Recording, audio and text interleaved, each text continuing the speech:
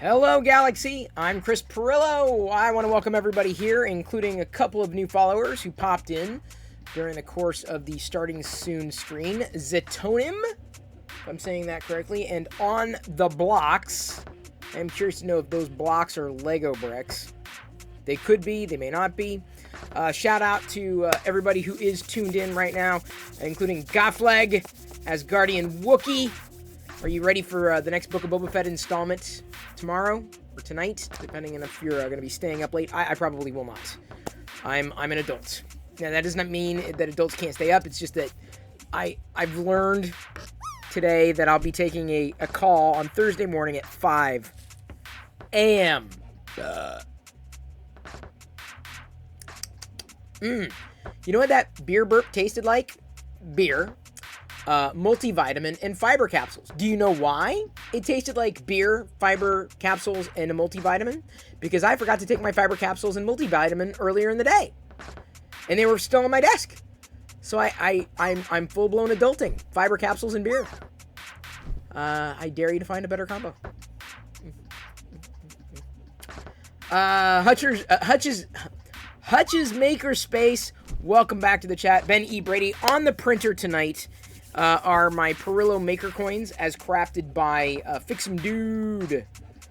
Fix'em Dude made these. So we've done the bottom layer, that's the Imperial insignia, and then on the top it's the Chris Perillo Vader. You're gonna love it.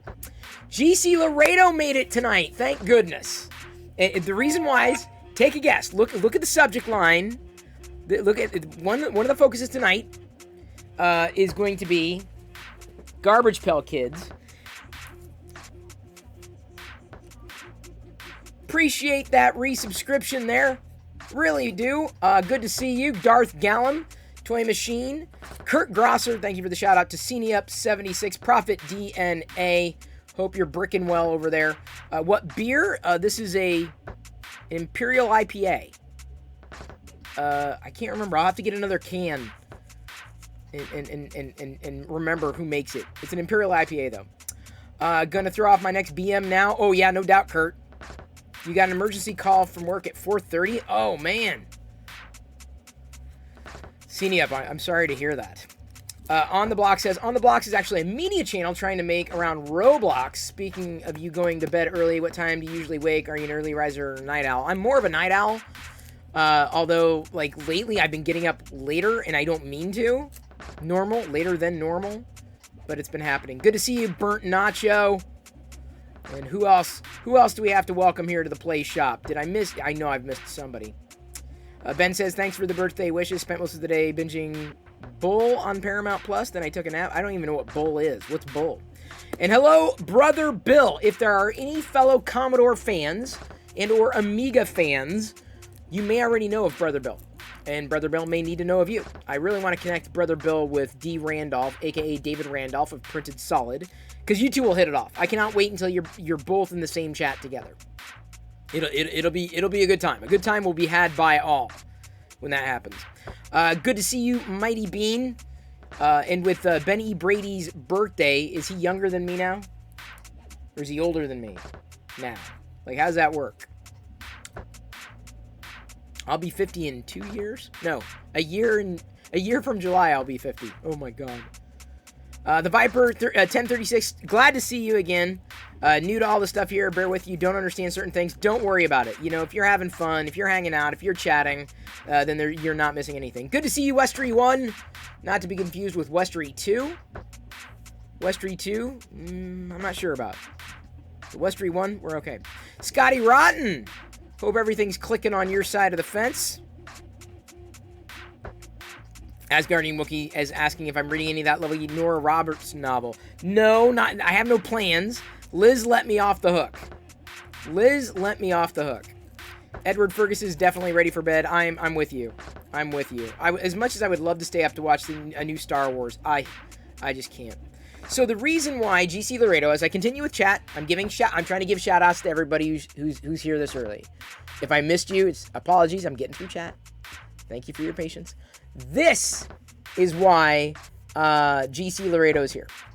And I didn't know that this was going to be a thing until I walked through the store today and doing my errands. And, of course, GPK jumped out. There's a GPK Micro Collection. So, GPK Minifigures, little stickers. So, each one of these trash cans. You have 2 cases on the way? Oh, you're so lucky. I'm worried that I'm not going to get the full collection. That's my concern. 23 GPK Wacky Minis, grocery boxes, and 24 stickers. So 31 figures, Wacky Mini grocery boxes, and stickers in these micro collections. So I'm concerned that I'm going to be missing some. We may have to trade some if we get dupes. GC Laredo. May. You're a Commodore fan. Well, there you go. Fix 'em Dude and Brother Bill. Hit it. You're going to hit it off. I'm with the Fix 'em Dude, though. I peaked at the 64. Our family definitely didn't have Amiga or 128. We had the C64. Certainly. Glad to see all the new usernames. I am too, Joshua, and happy to see them popping back on a very regular basis, if not like nightly. No problem, Viper. We're friendly to everybody around here. Not just me, but everybody. So I'll be cracking open some GPKs. Are GC Laredo and I the only GPK fans here tonight? Are we? Edward Ferguson, good to see you again. Glad to see you back here. Here's, even though I bought the C64 Mini, I thrifted it. I haven't plugged it in. I need to, pull it up, something on an emulator, but here you go, look at this. So this is a Chris McVeigh Lego CC. This is the only Commodore trinket that I happen to have, within arm's reach in my play shop. The C64. So this is kind of the one that I grew up with. Only it's obviously not operational. You probably squeeze, a tiny PC in there and make it work. The best game ever on Commodore 64 was called Wizards. Never played it. I don't know what that is. Kieran Clark, thank you for being here, and thanks again for your subscription. It's very appreciated. All you subscribers. We passed last night, thanks to your support, the stretch goal for subs, and I can't believe it. We've made it all the way to a stretch goal of 500 for the month of January. That's our stretch goal now, and I'm pushing for it. I'm rooting for it. I'd be happy to hit it, but honestly, here we are on the 25th. 6 days till the end of the month. And honestly, I'm overjoyed with the amount of support that we've seen this month. It's fantastic. C64s are not rare, but they've really been hit by the retro price bubble. Oh, I believe it. See, I'm more into emulation than I would, you know, be someone who's as into hardware, right? The emulation's fine for me. So Prophet DNA remembers Garbage Pail Kids. RC Maniac, you remember as well? You remember the cards. Fair enough. Westry 1 remembers Garbage Pail Kids. So we're gonna get tiny stickers. I got a few of these we're gonna crack through tonight. Do you mind if I post a link to the site that features some of the Commodore 64 Amiga stream? No, not at all, Brother Bill. Go for it. Honestly, Brother Bill, and thank you for asking for permission. You know, we haven't had too many issues here with spammers, and generally speaking, this has been a pretty good, you know, welcoming, open, and you know, an honest community. So, Brother Bill, I'm quite fine with that. I'm quite fine, if only to make other connections. Art Chappie, hello, and welcome back to the Play Shop. Dark Toiler says, haha, I hate that when I was a kid. My Garbage Pail Kid was Crater Chris. Literally a kid squeezing his pimples. I know, but we also had Chris, Chris Hiss. I don't have an extra of all. I would love to get an extra of all the Chris's original series. The only one I have an extra of right now is Chris Mess. This is the only one that I have from GB. Loose. I mean, I have the originals. They're still out. I got to reslot the original series. But there were a few Chris's. There was Chris Mess, Chris Hiss, and Greaser Greg. There was also Crater Chris, right? Yeah. There were a few. Weren't there a couple others? GC Laredo would probably remember. You wanted to be Mecha Mike? Oh, that would be great. I would have loved to have been Roy Bott. Roy Bott would have been great, Dark Toy Lord. Nice Lego C64 or Vic 20. I think this was modeled after the C64, if I'm not mistaken. It was done by Chris McVeigh as a master builder, who he then went on to be hired by Lego Group. So he now works. So you could buy that set, like those are original Lego bricks, and assemble it with his instructions. And so I did. So that's, and I have the C64 Mini. I got it thrifting for like, I think $10 or something like that. But even if I found a C64 in working condition, I don't know if it would be as exciting for me. Honestly, it's just as exciting for me to do something in emulation than it is to actually have the hardware. But I'm not a hardware guy. So the fact that I 3D print stuff, it's kind of fun. Like, you know, printing and trust me, he's getting closer and closer to releasing these to the public. These Valentine, these Star Wars Valentine coins, and the hearts. Yoda won for me, and Obi-Wan with me. Come on. You know, with awesome Star Wars insignias on the other side, you know you want to print these. You know you want, or you want to have a friend who gives them to you. CNEUp says thinking to buy a C64 off of eBay to fix for a nice project. Well, CNEUp, not Amiga, Bill. Sorry, wrong Bill. Brother Bill would be one person to talk to, and it's good to see him around here. Trust me, Brother Bill, you're going to find fellow Commodore fans coming out of the woodwork, including Westry 1. We had a Commodore 64. She says, correct? Sarah, correct? Heck, I may still have winter and summer games. Yes! No Paperboys gift. No. I played Boulder Dash, I think was Jumpman Jr. Jumpman Jr. In fact, don't dare me. Like, I'll download an emulator, get Jumpman Jr. and play Jumpman Jr. on the stream. I'll do it.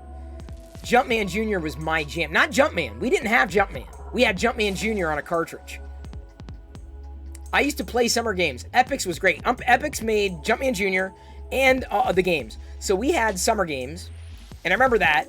The bicycle one was the hardest, because you had to get it like rotating just right. That was the hardest for us. Was that one. Spy versus Spy, I remember a bike game. They had to go around and find like glowing trinkets around an amusement park. That was challenging. I can't remember the name of what it was. Hey, the Midnight Smith. Shout out to the Midnight Smith. Thank you again for helping me along my path and maybe helping me get those resin Star Wars figures printed that I've always wanted. It would be great. In fact, I may have found another Star Wars resin model to print, like an action figure. I gotta loop back with him to find out where he got it. Because I think he got the model somewhere. Yeah, if anything's going to drive me to resin, it's absolutely going to be Star Wars figures. Star Wars anything. That's my motivation. Oh, do you want to print something? Is it Star Wars? Okay, yeah, I'm in. Okay, what can I print? Hey, Becca Bubbles. Good to see you. Welcome to the Play Shop. Love the fact that you are throwing in a minifigure. Is that Benny? Giving a wave. Hello. Hello there. Ben E. Brady says, put an Arduino Nano in that little C64. Well, you know, honestly, I like the fact that it's bricks. I like the fact that it doesn't boot up. I like the fact that it's not electronic. I know I'm an oddball that way. I really am. Won't be here on the 31st. System of a Down is playing. Oh, I've heard of them. I've probably heard their music, but I don't know. Have fun with that, Joshua. CNAB says, keep the emulation and you'll end up with me like shelf full of consoles. See, that's what I'm saying. I don't want to collect the consoles. And I know some people, they're into it. I would collect, like, the handheld games. Like, I've got, you know, I even though I haven't gone, you know, complete, there have been times that I don't have a lot of them, but I have thrifted, like, Game Boy cartridges. A few of them, but, like, I'm nowhere near a completist. If only to play with the, hang on. Oh, I need to pull this out, don't I? Give me a moment. I apologize. How can I do this? I've got a GBA here. And the reason I love the GBA is because it plays original Game Boy games as well as the Game Boy Advance games. But this is like my favorite GBA. I sold my original Game Boy and the cartridges to get a Game Gear. And the Game Gear was so expensive. But the graphics, I'm just like, oh my god! This color screen in the palm of your hand was insane. But, you know, I was not made of money. Still not made of money. They haven't really been hit by the retro price bubble. Oh, what? Sorry, Brother Bill, I'm a little I'm outdated on time. The Equestrian was always fun. Oh, yeah, I remember that one, Westry one. I remember Equestrian, you also had to do something very similar. Like, I think it was back and forth for the Equestrian. You had to get the right cadence. There we go. Commodore Streamers has a website. I love that. I've been wanting to do that for something like this for the Locker Gnome stream team. Because we invite, you know, there are a variety of nerds and geeks on the stream team. You can see the link on my profile page. It says Locker Gnomes, Nerds, and Geeks. I've been wanting to have something that's a full feature, like full rich, you know, better teams-like website experience for people. But it's good to know that Commodore Streamers exist, Brother Bill. Thank you for that lead. Your grandmother had GPK videos, probably from my uncles. GPK videos are probably from the Saturday morning cartoon that didn't actually launch. Morning, Bo Play Photos. Hutch's Makerspace. You didn't get GPKs in Canada? Really? Really? Nice hoodie, thank you. I did shower, though, to wash all the marker off of me. 4 subs a day and I'll exceed the stretch goal? Well, you never know. Asgardian Wookie says, I never knew about the Garbage Pail Kids, but seeing Chris's cards, I think Garbage Pail Kids are awesome. They are, dude. They're so... Oh, my God. GC Laredo and I are... I mean, I'm so happy to meet people who share that kind of fandom. Like, it's just... There's just something about it that's just going to stick with us forever. I've got... You know, there are plenty of things that I'm interested in. Plenty of things that I've done. Plenty of things that I'll do. Boy, I must be very far behind in chat, aren't I? I've been to some used game stores. They look like they have some good deals compared to online. Yeah, usually thrifting for stuff is easier than going to dedicated stores. So, there are quite a few. Hey, good to see you, Incendium. Don't think you're just sneaking right in there, dropping around. Drop in, stay a while. You never know. Oh, I have some, speaking of Lego, I have some Lego stuff to show tonight, too. I got some Lego stuff. I got some Garbage Pail Kid stuff. I got some Star Wars stuff. It's going to be a packed night. GC Laredo, yeah, absolutely. Drop a link to your YouTube channel. If you're also interested in Garbage Pail Kids, you may want to give them a follow. The only thing that angers me, I'm going to say this. GC Laredo, it upsets me immensely that you stream on YouTube and not on Twitch. Here's why. Because I could actually send people your direction to Twitch because I'm on Twitch. There may be a chance that I could raid you if you were on Twitch, but you're on YouTube. You can always archive to YouTube. I understand. We had this discussion, a deep discussion about this, not you and I, but last night on Loyal's stream, very briefly. Oh, they had the same bread box design. They did, but he modeled this one, I thought, specifically like the VIC-20. I guess I mean, at a glance, I would probably call it a Commodore 64 or a VIC-20. The VIC-20, I remember, the keys look different on the VIC-20 compared to the C64. I couldn't tell you what specifically right now, but I had experience with both. Turrican game on the C64, no experience with it. You met your third wife because of the C64. Oh, that's great! I always say, just live your best retro life. Well, Brother Bill, I think that's an amazing outlook, and I think that's the way to do it. I got a posture check. Hey, Fucho! Happy to see you here.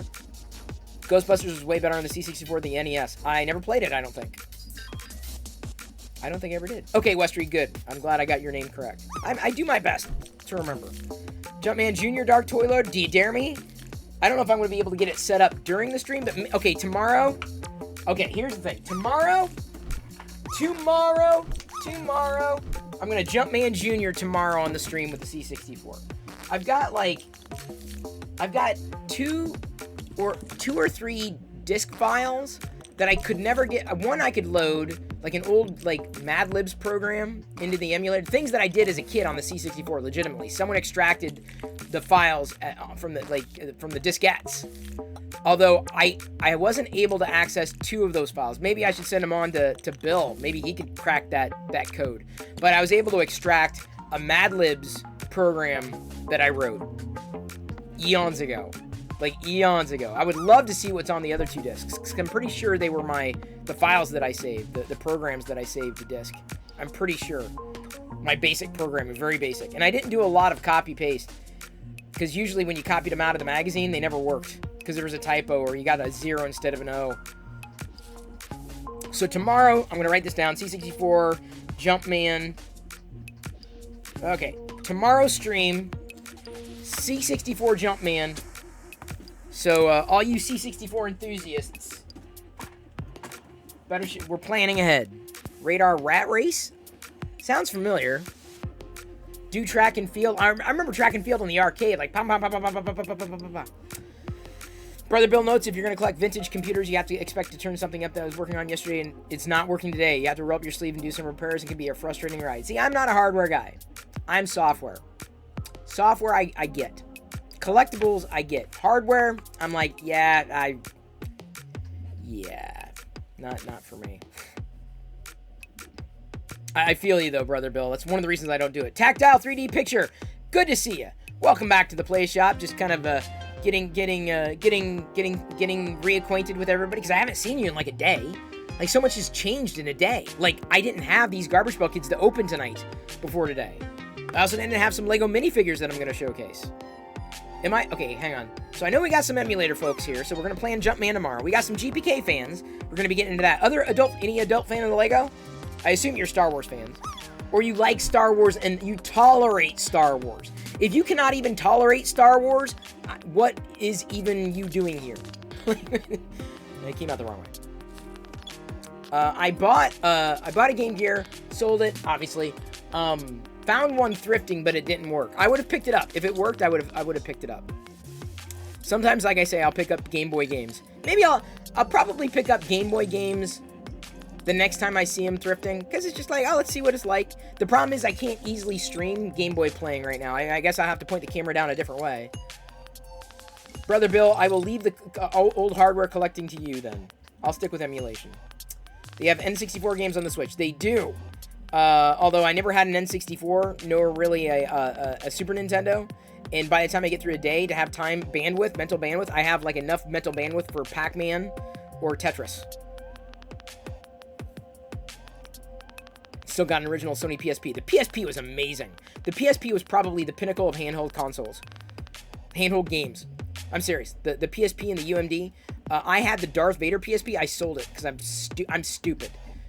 I had a Darth Vader PSP, and I sold it. I'm that stupid. I thought it would be worth something. It was not. And I sold it still. You got a Japanese Mickey Mouse Castle of Illusions. That's the game I remember playing on the Game Gear. Back and forth, crash and burn. Westry, you remember? I don't want to load that. I do not want to load summer games on the C64 emulator. I don't.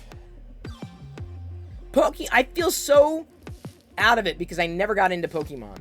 I understand it at a high level, But I haven't gotten into the weeds. Carrie on Twitter has quite a collection of Commodores lately. Yeah, we're already up to 500 as a goal, as a stretch goal. Mark, can't believe we made it. Sorry if I miss anybody's chat. Oh no, Mighty Bean, do not mind. I do not mind that at all. Thank you, and by the way, thank you for the education, everyone. Sometimes I miss things. Hey, shout out to srona58. Shannon is now another streamer here on Twitch. And doing streams. We rated her the other night. And she, like me, only has one 3D printer, so I don't feel so bad. I'm just very far behind on chat. I'm scrolling. I'm doing my best. Mental Break says, hello guys, having mental health day, just here for positive community. You know, Mental Break TV, that's the thing. I try to lead by example and try to be positive, and even when I'm not having a great day, it's good to be surrounded by positive people. We do not really get into negative things around here, unless we're talking about The Expanse, at which point I'll get very negative.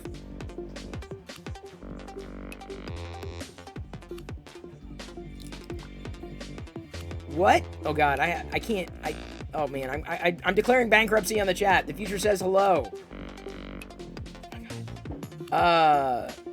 Did we get a shout out for, no we did not. Thank you Future for the cheer. There you go, there's Shannon's channel right there. There can be only one? Oh man. Never had a PS1. So I don't get tickled when I see that stuff, you know? It's nice to see. Future's gonna explode the screen now with the drops. See, when you cheer, when people are dropping, it knocks you off course. Did you know that? Did you know that when people are dropping, you can cheer? Darth Gallum may have a mild fascination with Star Wars. That's great. I think what I love most about retro games is the box and cartridge label artwork. I enjoy it. It takes me back. Honestly, I love the fact that it's just simple. That's the thing about like Atari games, and even to a certain degree C64 games, like that era, simple. I love those types of games, and it's reason why. I mean, I play, you know, Jedi Fallen Order. There's an announcement today. There's going to be like 3 new Star Wars games coming down the pike, at least 3. So that's exciting. So expect that. You know, I'm not a gamer. I'm not a game streamer, but I probably will be playing the Star Wars games on Twitch. More than likely. Brother Bill, I'm a huge fan of Tetris 99. I'll pick it up, play Tetris 99, Pac-Man 99. You know, pick it up, put it down, not stress out about it. Never played Tetris on really anything but the NES. And that's my jam. That's my favorite. Chris, what's your favorite video game? Tetris. It's a go-to on every platform. Every single platform. Singles 3D Printer Club. Well, is that what we're calling ourselves? The single? Well, because I'm married, so I'm not single. But is it the Singles 3D Printer Club? Unless you mean like cheese singles, like slices. Oh, I'm sorry. Oh man, GC Laredo. I'm so sorry to hear. I'm sorry I didn't get to the GPKs immediately. This GC Laredo though, you're getting yours soon. The VOD will be up on Twitch and on YouTube. I upload the VODs to a YouTube channel so people can get them. Hey, AJ Eversol, everything's going well here. Tonight, I am printing some of my Perillo Maker coins as crafted by Fix'em Dude, because I had red, and I'm like, okay, I need to print these in a red color. And so I did. Why not? Retro games just work. Didn't have to fight the hardware as much as you enjoy a game. That's what I'm saying, dude. I just love the straightforwardness and the simpleness of the gameplay of a lot of those games. That's why I go back to it. I met Joe, is it Disseur, one of the engineers working on the Atari 2600. Whoa. I love watching archive footage of all, like, the way the video game industry was built, the home video game industry. I love watching those documentaries. Love them. Shout out to Loyal Moses. Loyal, I was on his stream last night. We were geeking out about this, that, and the other thing. Mostly about talking about streaming and getting into it, etc., etc. So it was a fun conversation. So now that I've caught up on chat, now that we've welcomed everybody, now that we've set the stage, first, I'm gonna show I guess I can show the Star Wars stuff first. If Kurt's here. I have to go to the corner. Never mind, I have to go to the corner. I'm gonna miss chat. Fine, I'm gonna go to the corner. I'm gonna go to the corner and look at my I'm gonna look at my Garbage Pail Kids in the corner. Here I am, just looking in the corner. 78 official garbage items to collect. Oh boy. Oh man. No way in heck. How the heck am I gonna get all of them? Thank you for slapping a sticker. That gets me out of the corner.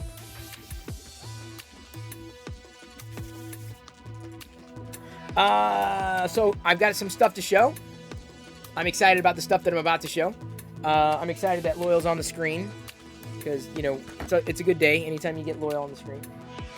Reminder, everybody, I'm giving away a 3D printer at some point this week. It may be tonight. It may be tomorrow. It may be within 7 days. I'm not going to say when. It's just going to magically happen. FYI. Just so you know. Okay. I'll remind you again. So I'm going to pop everybody away for a second because I got to grab some screens. Here, some photos. And this is the... Oh, man, that side got crushed. Found this today. Ice tray. On sale. It was right on an end cap. So, because the reason why is because you can't just pour ice into the freezer. You actually need to put it into like tiny receptacles. Like that's a thing that apparently you need to do, which I kind of wish I knew, you know, before I had a fridge. But either way, This is a new build-up pack. Unfortunately, the Stormtroopers all sold out. I wasn't able to get a second pack of the Stormtroopers, or I guess a third one. These are the Rebel Fleet Troopers for army building. I'm glad that Hasbro's doing something like this. And the reason why is because it's cheaper to get 4 of them at once and buy them kind of in bulk, so to speak. And first time. Yeah, look at this. We've got... I'm just going to show you one of them here. Whoa. What is this? Huh. He's got a couple of accessories, but one of them is not really... Gotta figure out where it goes or how it goes. Anyway, so like... weapons, accessories... I'm not gonna spend too much time putting them in his hand. But either way, those... came in, very happy to say. I'll put that to the side. Move on. Also, these are from Galaxy's Edge, but they're available. They were available online. A droids pack. The only way to get a pit droid and CB-23 from Star Wars Resistance. Babu Frick. I'm sorry. Let me move my hand out of the way and tilt it so that Kurt. I almost called him Craig. Craig can get a shot. Can you drop a link for some of those? Some of what? Which ones? And Babu Frick, right there. The droid, that's K7R1.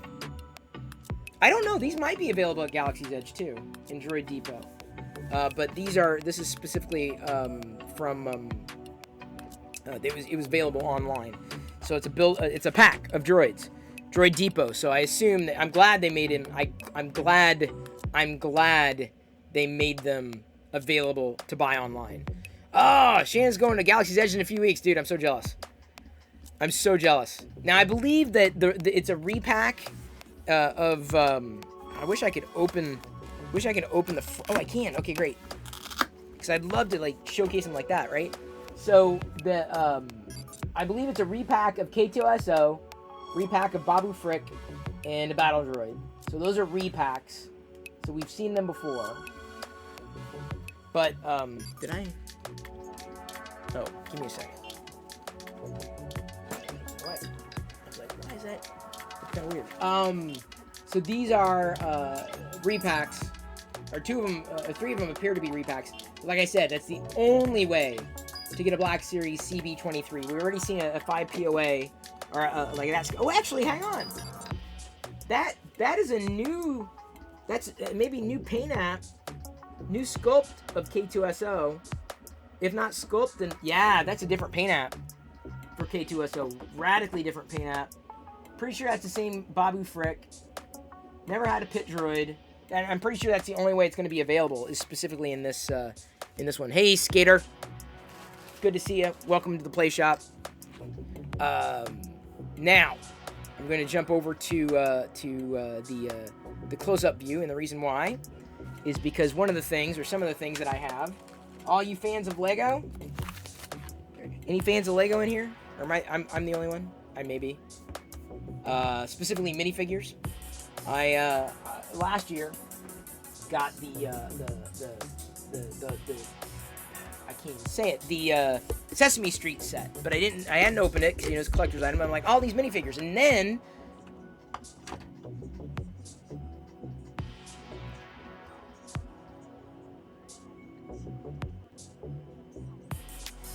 thank you so much, Fixin' Dude, not just for pushing our goal further, but giving that sub specifically to Shannon. I'm very grateful to have met her. It's really nice to meet other great people, other makers in this community, and I appreciate the fact that, you know, meeting her. It's not just meeting her, but I've been able to catch at least one of her streams, and been able to raid at least one of her streams, and meet new people that way. That's how I met Sarah, I think, directly. Although I think I may have seen Sarah in another stream before. But it's nice to connect with people like that. These are the Lego minifigures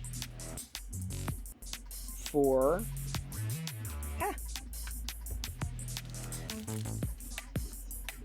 sub bar didn't move. It should have. It may take a couple of seconds. We have an Elmo.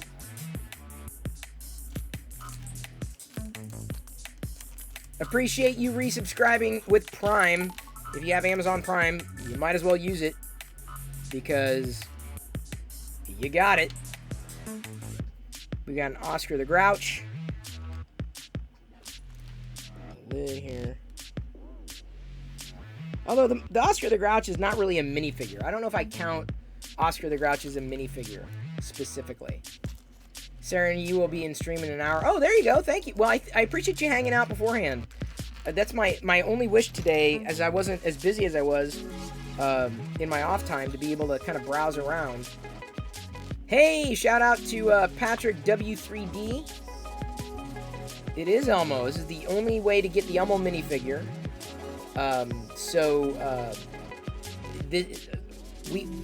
I have the Sesame Street set. The problem with that is that I didn't want to open it because I knew inevitably, I'm like, you know, I just wanted the minifigures. Honestly, from the Sesame Street set, I just wanted the minifigures. Cookie Monster. So why did I go the extra step to just get the minifigures? I'm glad you asked.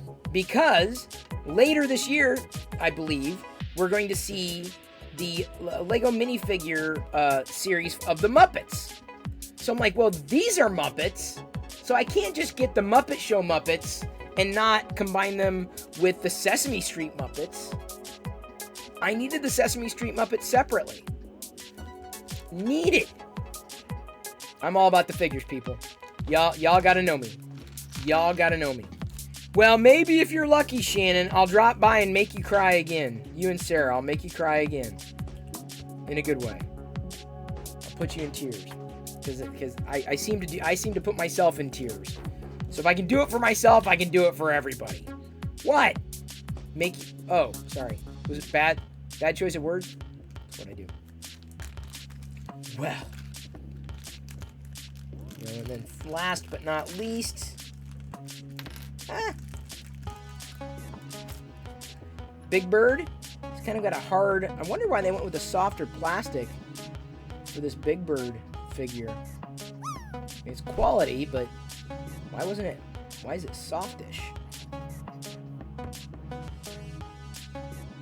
Huh. Curiouser and curiouser. But Big Bird is definitely taller.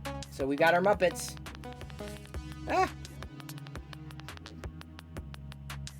I no promises, Sarah. No promises. You're going to raid your friend's Boba Fett stream. Oh, nice. Nice, yeah, because that's going to be happening later tonight. I'll be in bed. I'll be asleep by then. I'll be like conked out.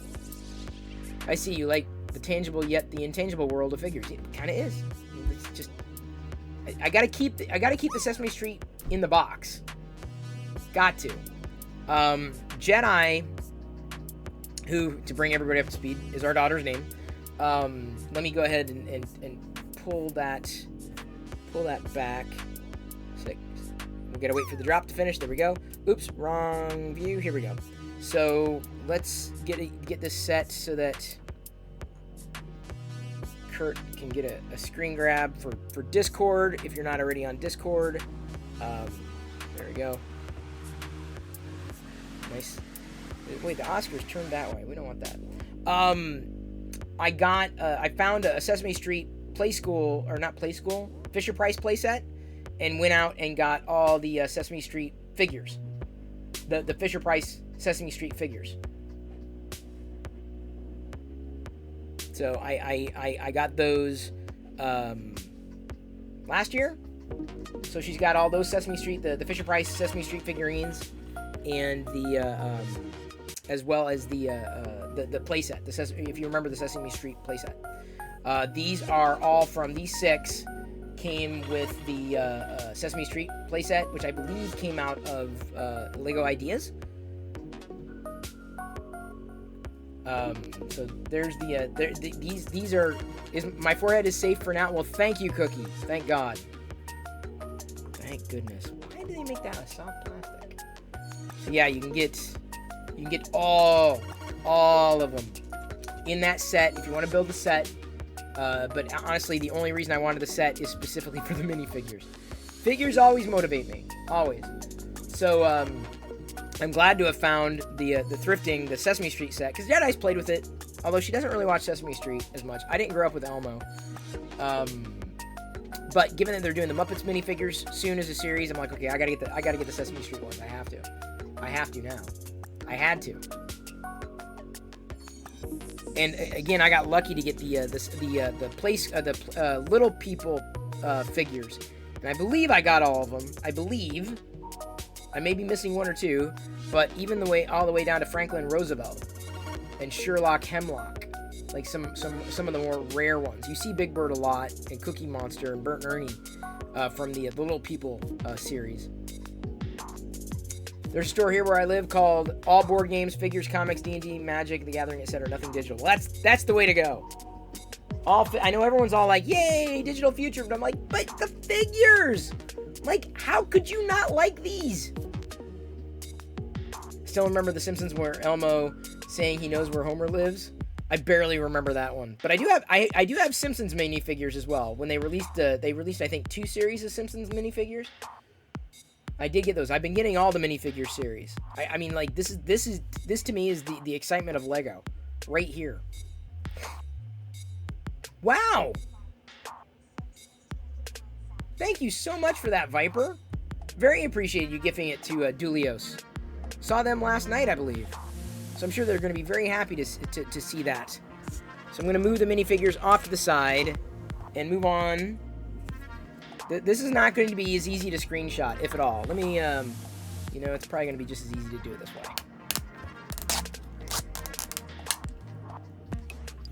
way. They are cool Sesame Street figures. They are. We're now Merry Christmas. These figures kind of suck.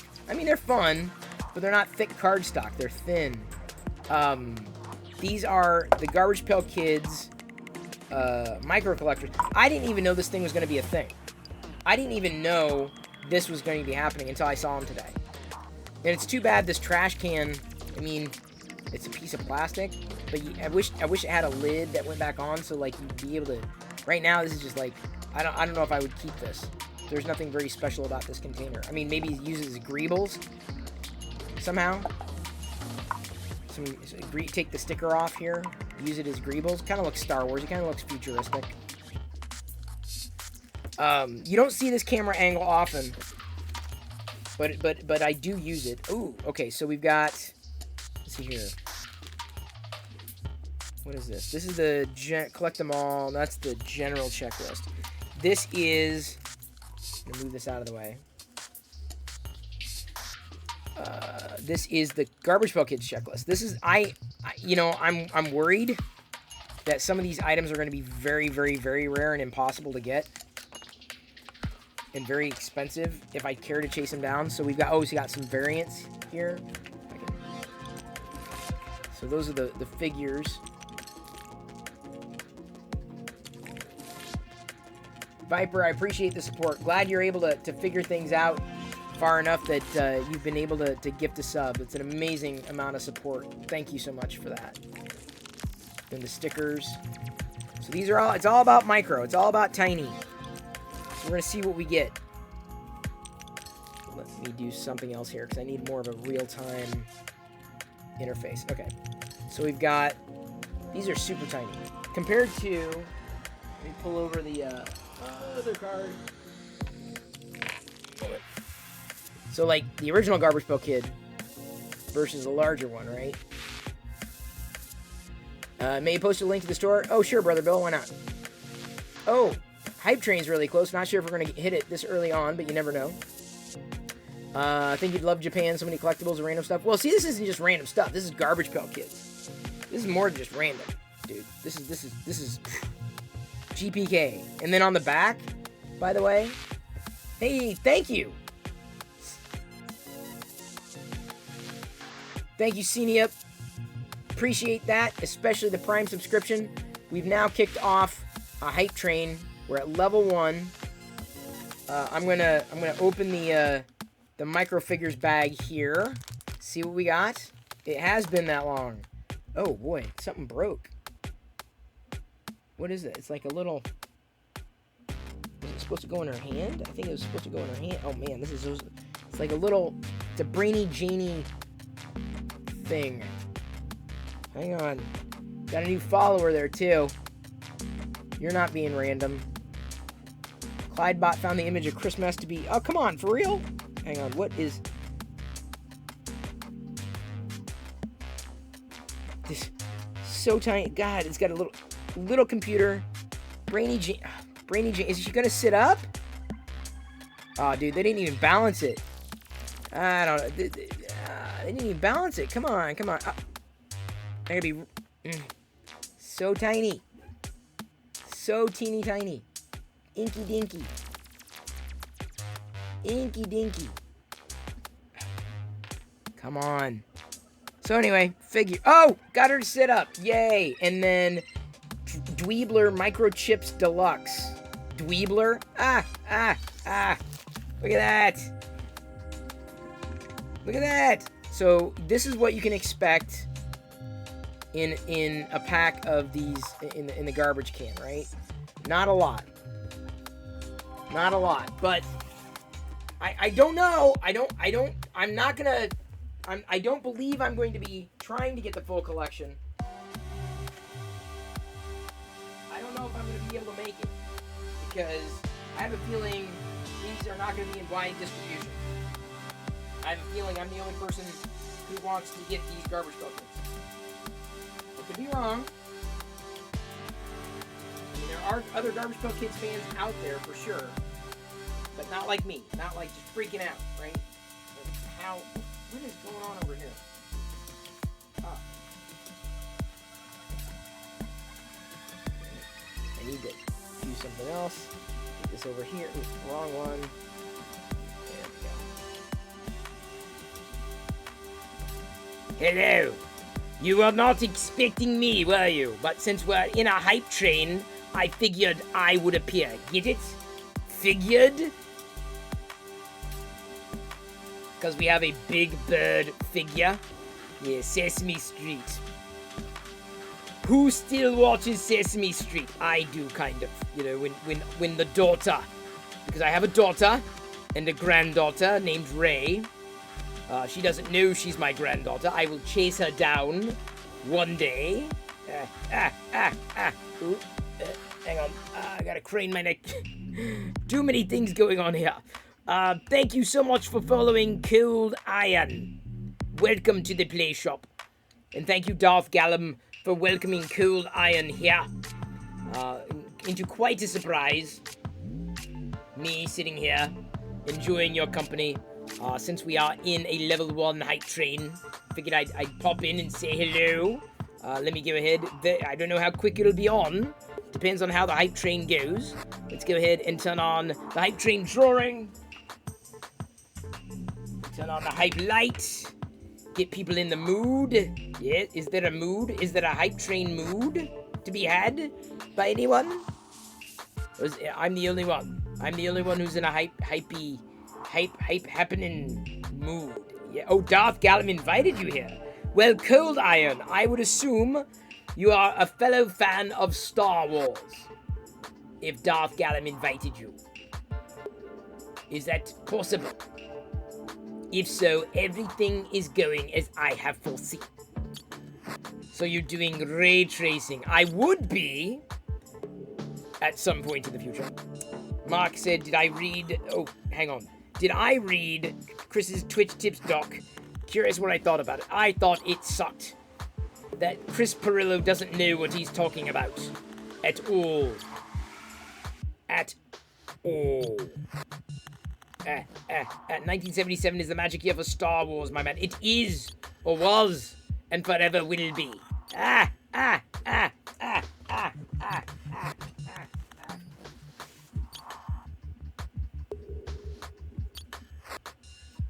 Alright, that was a very short, very uneventful hype train. Very, very happy to have completed that. Thank you for doing that. Let's go ahead and continue down the path. Let's get Big Bird out of here. And pull over another canister. And by the way, I wish the box wasn't destroyed, because unfortunately it got destroyed. But let me show you the.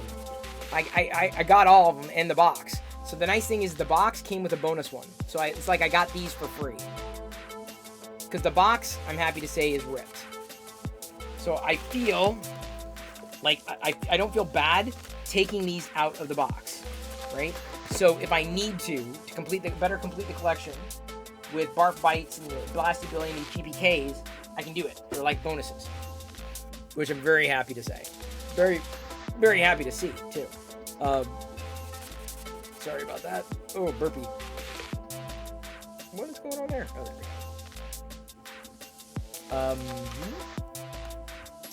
go. What did Yoda ride as a kid? A do-cycle because there is no try. Oh, that's funny. Or a bicycle. Yeah. Did the Emperor take over the stream? Yes, Brother Bill. When we do hype trains. When hype trains start happening, Emperor Palpatine pops on to help get us through the hype train. But obviously, Emperor Palpatine did not work hard enough. And the hype train died on the vine. But that's okay. We gave it an attempt. I'm not a Sith. No, not me. That was Emperor Palpatine. That was all Palpatine, dude. Definitely not me. I'm going to throw these.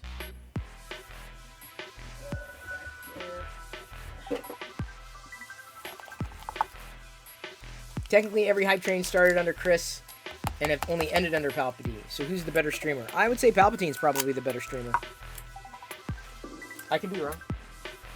Not that I've ever made it like a competition. We got... Oh, wait. Hang on. Is this the same... We've got a Evil Eddie.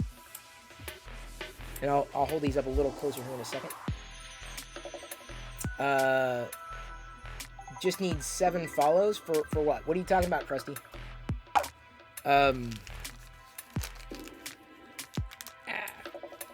Let's see what we got in here. These, I'm sorry, I needed to hold these up, didn't I? Little tiny. These are all first edition Garbage Pail Kids here from the first series. Which I never had any.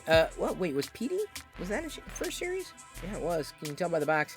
I never had any first series growing up. Oh, Skull Crunch. In fact, they made actual Skull Crunch cereal, like in the tiny boxes, at one time. To get is kind of a fun thing. And then we got an injured GPK. Boy, that one's really tiny. Look how small that is. Now I'm nervous. I got to feel around in these bags to make sure I'm not missing any accessories. Because that could happen.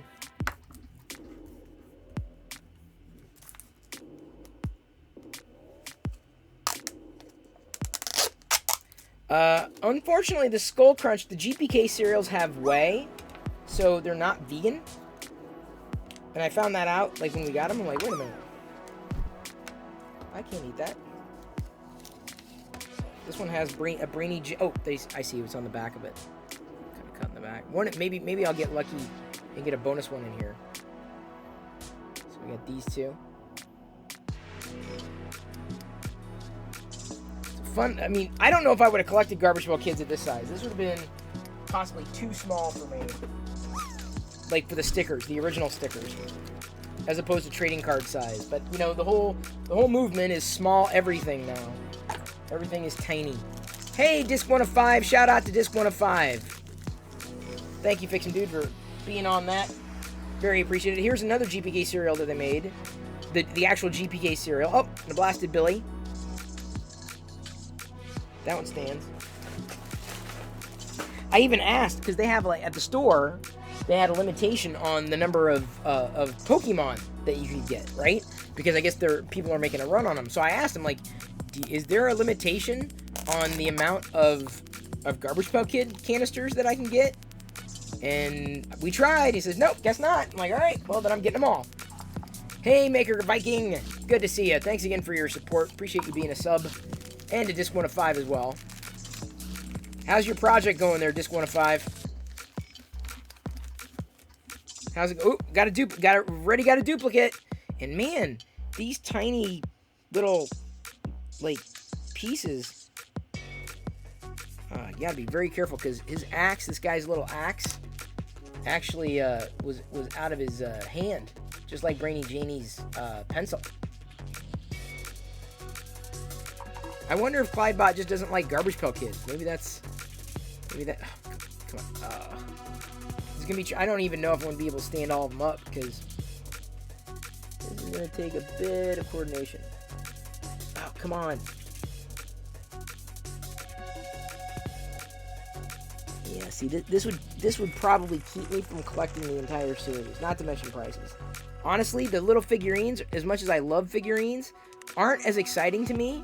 As I think the most exciting part is the little boxes. So I got a duplicate here of Skull Candy, which means I can give this one to Jedi to have in her miniature groceries collection, because she's got the miniature groceries. Well, Britt, on the itinerary, 3D printing some more coins. I got some Garbage Pail Kid miniatures to open, showcase some of the new Star Wars pickups, and some of the Lego minifigures that I got, and some Sesame Street Lego minifigures, like officially licensed minifigures. Garbage Pail Kids, haven't heard of them since the 80s. Dude, I'm a huge Garbage Pail Kid fan. Huge. I have the full vintage run of Garbage Pail Kids. Okay, now we're starting to get into duplicates. Oh, wait, we got an AB variant. Yep, ABE. That was bound to happen. Don't know why they went with AB variants for this stuff, though. So I actually have the full vintage run of Garbage Pail Kids slotted. And I haven't touched them since then. I mean, I've looked at them. And so, when we hit a lull, I'm like, what am I going to do tonight? One of these nights, I'm going to start reslotting those Garbage Pail Kids, those vintage Garbage Pail Kids. And this one, we got a Nasty Nick. Is that the vampire? That's, boy, these miniatures, very, very tiny. Like, just to get it, I don't even know if I'm going to be able to get him to stand. There we go. Holding on, that's a separate little figurine. Orville red blockers. Little miniature groceries. Project's been doing good. Tripped up on some C++ lately. Oh, that's got to be a challenge.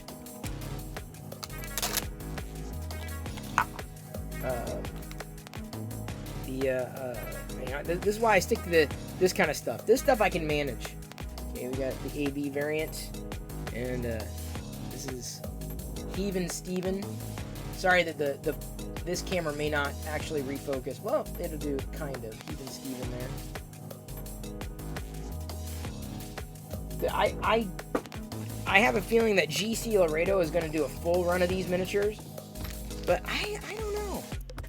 I don't know. I feel this was fun, but I don't know if I'm necessarily going to chase them down. Just because I know that the price is just going to be absolutely beyond outrageous. And I don't, these miniatures are kind of a miss for me. As fun as they are, they're kind of a miss. These little packages, though, I love them. There's something else in here. There we go. Oh, we gotta... Oh, whoa. See? There was a crutch in one of these bags that I missed. This is a problem. So I gotta go back through those bags. I missed the crutch in the other one. And then a Gpk nuclear or something. I don't know what the hell that is. Do you remember the 80s and the 90s had trading cards from the horror movie characters? Oh, yeah. I may even have those wax packs. Oh, it fell over. I may still have those wax packs. Because I went back, and even though I wasn't a fan of all of those things that came in wax packs, I posted them on Twitter. Like most of the wax packs that I have. Sorry, I've got a feel for that crutch. If it's gone, it's gone, dude. It may very well be gone. But I've collected a lot. Just the wax packs, the unopened wax packs from the non-sport trading cards. Those were, and I collected a lot of them. I have unopened GPKs going back to the first series, vintage. And then also, yeah, I don't know if I'm going to be able to find that crutch. Okay, I'm pretty sure.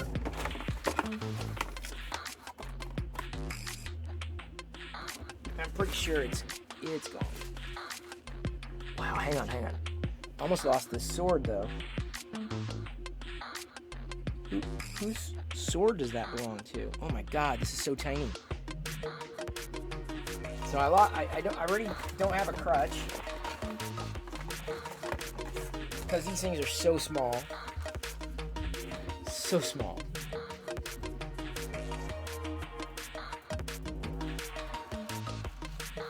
Chrissy, what's going on? What's happening?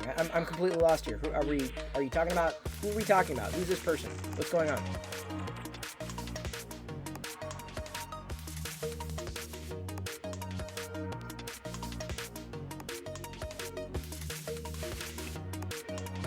I have no idea who this person is. I have no idea what's going on.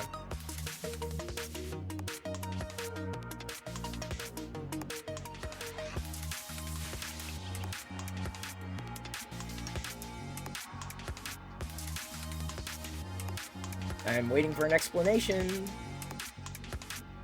I mean, if you want to push people to the other stream, that's fine. But, like, give me a heads up.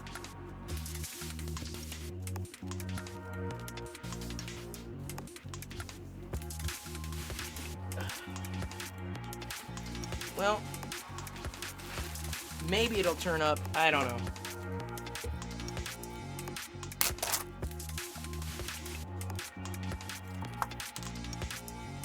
Well, who is it? Like, I have no idea who it is. I have no idea why, I don't mind promoting someone who I know, who's a known quantity, who I've seen before, but, like, completely out of the blue, I'm like, what's happening? Like, I'm...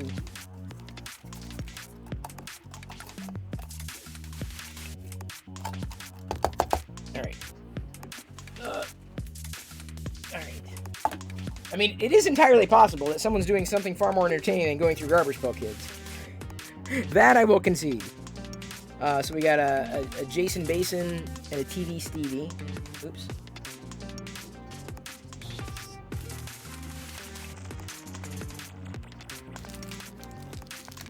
And I guess you gotta be really careful opening these things. I wonder if each one of these... Yeah, it's another nasty Nick. Although this one's a variant Nick. With a girl with the dress. Honestly, in opening these thus far, I'm not as impressed with the miniatures. I'm not gonna worry about it. As I am with these little. If I was going to be a completist, and I don't think I will.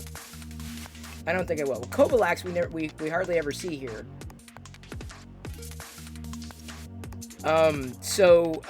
Anyway, I'd be inclined to just continue the collection of these as chasing down the whole thing. Because honestly, this is fun, and it was fun to get a box of them, but I don't think I'm going to be a completist with this. I'm sure GC Laredo will, but this isn't doing it for me. It's fun. Nice to have a few of them, but I just don't think that this is worth necessarily chasing down. These specifically. Fun to see, but man, they're just so tiny. All these little, I've already lost one of these little accessories. Just didn't see it. Didn't know I needed to look for it. Oh, another Potty Scotty. Sorry, it's an AB. I'm guessing we're gonna have very few duplicates here. That's a guess. Given that I got one box, you start getting duplicates when you get multiple boxes. You know, that's the challenge when you start chasing down these little miniature things and trying to go for like full collections, full sets. Yeah, I pretty much, I think it's a lost cause to get the, to try to find that other crutch. Yeah, Fix 'em Dude, they're cute, but, oh, see, look, dude, each one of this guy's got a little spray can that's just so freaking tiny. Oh man, this is gonna get lost. Wow, it's just way too tiny. I'm gonna have to warn GC Laredo about this. Duplicate GPK cereal, which is nice, because then I can pass it on to Jedi. I don't mind getting those dupes, because she's got, oh wait, hang on, I feel something else in there. Oh my god. He's got two. Wow. I almost missed that. So I'm definitely not going to be a completist on this. I'm happy that they tried. I'm happy that they're doing something, but I'm probably just going to stick to the regular old stickers. Garbage Pail Kid stickers. Wonder if the Optimus version of the Garbage Pail Kid, they have 3D print bots. Optimus is in Optimus Prime? They made an Optimus Prime. Like, what was it? Series 3? Roy Bot? Yeah, Kitty Star. Garbage Pail Kids. Heck yeah, it's me. What else do you expect? I'm not just a boring old... Well, maybe I am boring and old. Never mind. I'm boring and old, but I like Garbage Pail Kids. Okay, so we got those. I don't even know if I want to chase down the little stickers. Oh, it seems like I got a pretty good run of all the stickers to this point. So I feel like it's not quite complete. But, hey, welcome back, Kitty Star. Thank you for being here. Appreciate that. Ooh, we got a golden variant. No accessory here. Gold variant figurine. Because years ago, I want to say Topps released miniatures of the Garbage Pail Kid. So these miniatures are nothing new. There's another, like, candy bar, another Garbage Pail Kid candy bar of sorts. Those are real. Like, that was a real product. This was real. This was real. This was real. The other ones are fake. They were never made. Some of them were. Oh, wonder if they'll make a miniature version. Probably not, given the crossover and the obvious Transformers illusion. I think were able to get away with it back then.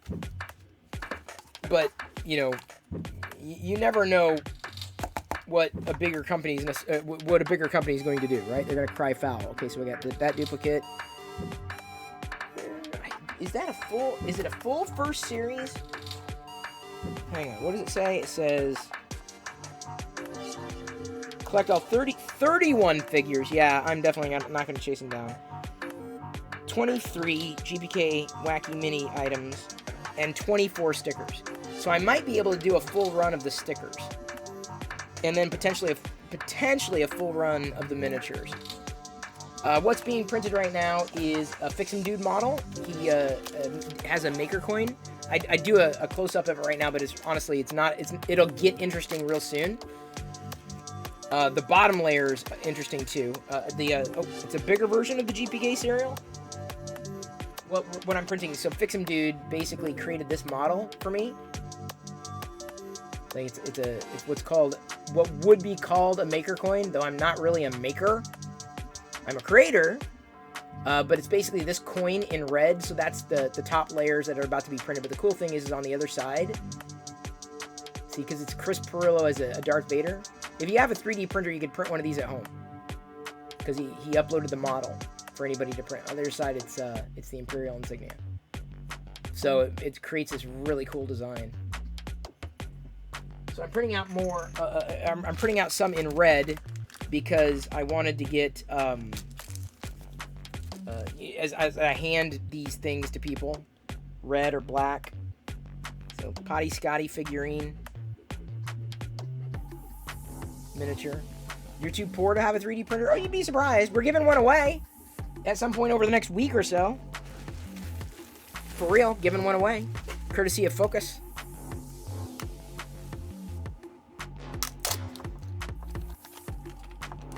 Courtesy of them. What car do Jedis drive? A toy Yoda. Oh, good one, Horde 7. Good one. I need to tell Jedi that because every week Jedi has their No, they're not. I don't think 3D printers are... Honestly, I'm going to say it. I know expensive equipment, and I'm telling you, 3D printers are not expensive in relation to value. So it all depends on the kind of person you are. Like, if it's a nice to have, you know, yeah, I can see where it's expensive.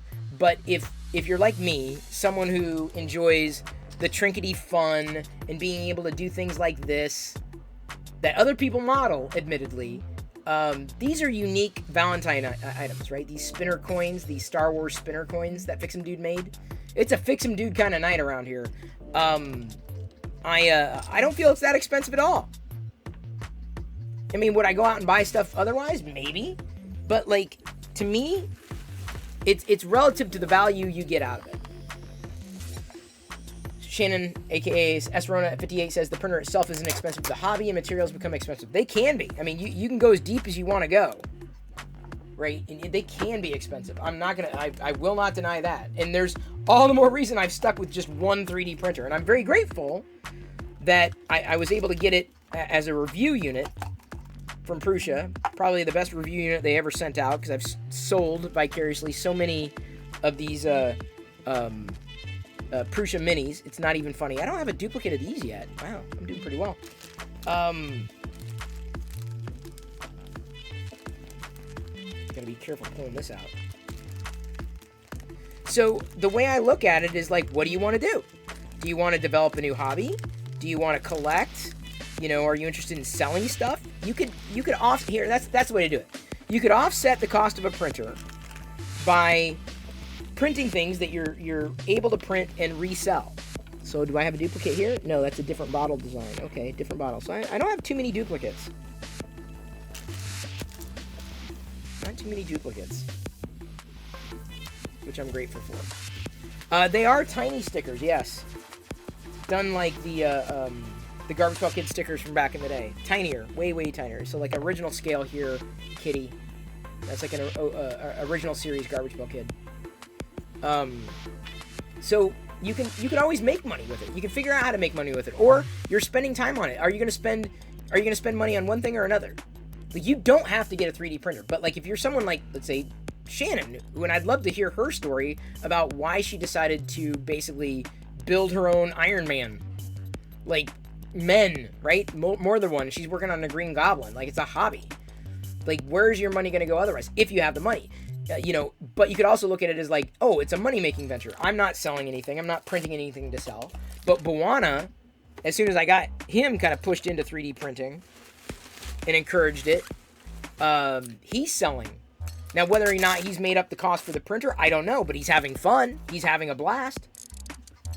So you know, you can find a way to justify those costs. Don't look at it as much as it's going to cost money. It may cost time. It will cost with materials. But what are you going to get out of it? You know, and I guess that's the way I look at anything. I look at, and maybe it's just my entrepreneurial mindset. Oh, I finally have a duplicate.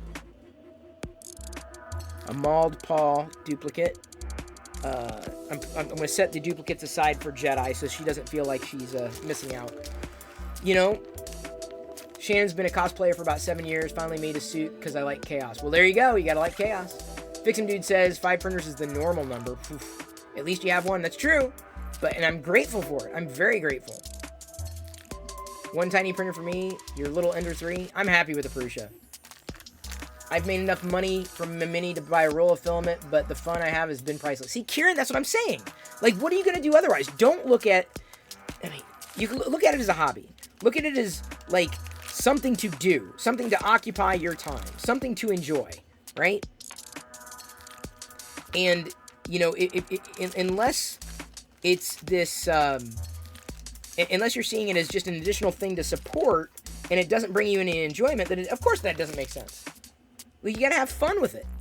You gotta be ready to have fun with it. And how much is fun worth to you? I'm serious. How much is fun worth to you? Save your pennies. Hey, Omar. Good to see you. Love the fact that your first chat is saying, I have a challenge for you. I challenge you to say my username. Just my name. It says Omar Talji, I'd assume. Bert Nacho says you'll find that 3D printing is a hobby that crosses over to your other hobbies as well. Dude, hello! I now have a Valentine disc. I wouldn't have had this any other way. It says I know. Like, it's the perfect Star Wars Valentine. And it's a fidget spinning coin that's got the Rebel logo. And this is just one thing, right? I've got an I Heart Vader. Like, I love that. I love this. Love it. It's great. Now, Krusty's saying that 3D printers are the muscle cars of the 2020s. I can see that. But the thing is, Krusty, I don't know if I'd ever get into a muscle car or cars. I'm not a hardware guy at all, but I'm still able to partake. I think I see what you're saying is, like, in terms of a trend and customizing and building around. I see that it's multifaceted, but to me, it's not a matter of how much it costs. Like, I will say that streaming costs. It costs in terms of time. It costs in terms of, make sure I'm not getting a duplicate one. Gotta give Jedi the right ones.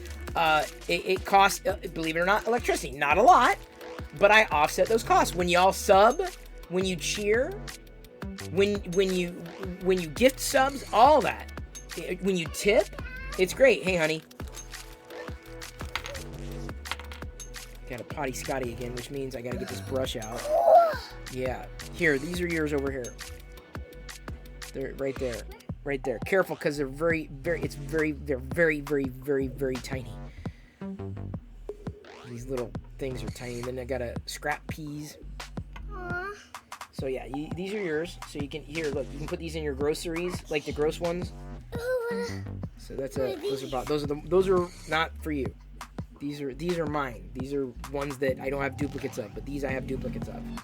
So I'm gonna put them here. I'll let you know when I'm done, because I may have more duplicates for you. What's all this? Oh, hang on, I got another. Oh man, no! Oh crap! There's a plunger too. Son of a gun! These things are so friggin' tiny. There's a plunger too, so I may have missed the plunger. That's why I'm glad I saved these bags. Found it. Okay.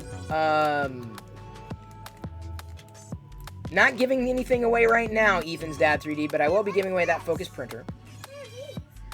Hang on, honey. What are what? Those are the Garbage Pail Kids that I'm opening. I'm catching up on comments here. It's so cool you have the old school vintage for Jedi to play or look at. Yep. I do, especially for the Sesame Street stuff. Yeah, that's the trash. Oh. Can I see them? Yeah, these are them. Touch them? Yeah, careful, because some of these pieces are very small, and I've already misplaced one. So yeah, you can touch it, but like careful. I'll be careful. Thank you. Cool. Skater has an Ender 3, been a headache for bed leveling. That's one of the reasons I'm glad I got a Prusa. Remember those little 3 little ones? 3 little ones. That one. Yeah, the little cereals. Yeah. So I want to. It looks so real. I know. Let me show Jedi. Jedi's got a science shirt on. So we've got a woman in here. Yeah. Who's done her own Iron Man outfit. Ooh. Iron Man. She's gonna do a Green Goblin. Hang on, just a second. Let me move this here. Go to body. Yeah, you can open that one. Okay. Here, you gotta be careful. Yeah, here, I'll take that. It's a checklist. It's a big checklist. Okay, careful, because there should be 2 stickers. So that's one. Where's the other one? Right did? This Oh, thing. boy. Can I open it? Yeah, but be careful. Oh, Scotty Scotty. That's a duplicate. Wait, I can have that one? Yeah, I'm not, but the problem is now I gotta find Oh. the other one. Oh, Oh. yeah, oh no, he's right. This is the problem, is that I've missed. I've missed a few. Shannon says hi. Hi, Shannon. Kieran says I made enough money to buy a roll. Oh, no, I've already caught up on that. Sorry, let me. Yeah, hang on just a second. The only reason I don't have more than one is it'll just sit when I'm not doing commissions or working on a project, not worth the cost. Yeah, totally agree with that. Fidget spinner, you need one? Well, hang on, Sarah. Do you have a 3D printer? Because careful, because this is where the small pieces.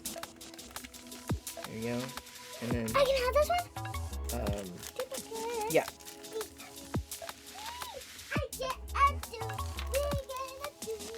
Yeah, but the problem is, right now I need to find.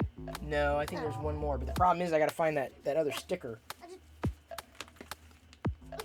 Should I open it? Not yet. Okay. I gotta find the other sticker. Okay. Should I help you? Possibly, because I gotta find the other tiny sticker. I found it! Did you? Awesome, thank you so much. You're welcome. Got that one, Tommy Tomb. All right, there we go. Thank you so much, Jedi. Here you go. So Sarah, do you have a 3D printer? Because then you could print one when Fixin' Dude uploads it.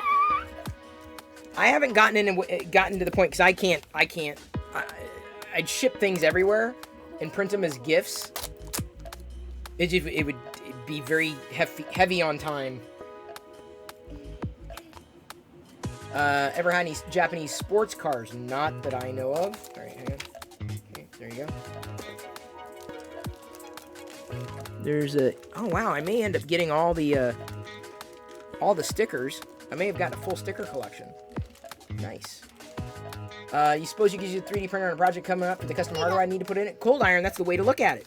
Hey dude, if you're gonna be building custom hardware, if you're already at that level, if you're already at that point, yeah, 3D printer. Careful, because this is where you may have small pieces in here with the figurines. Yeah, there are 2 small pieces that go with this one.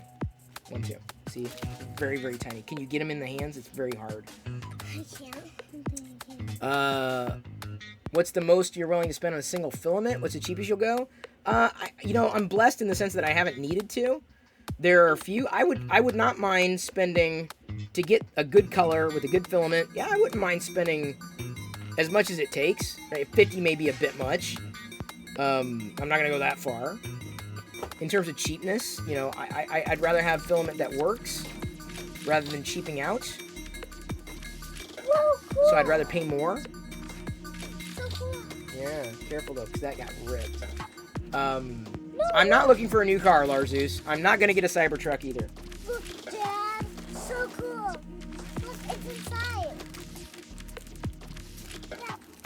What? I know they're inside, but I think We can open it? we can open them. But like, You can give that one to Mom. I'm not gonna. She's not gonna want that.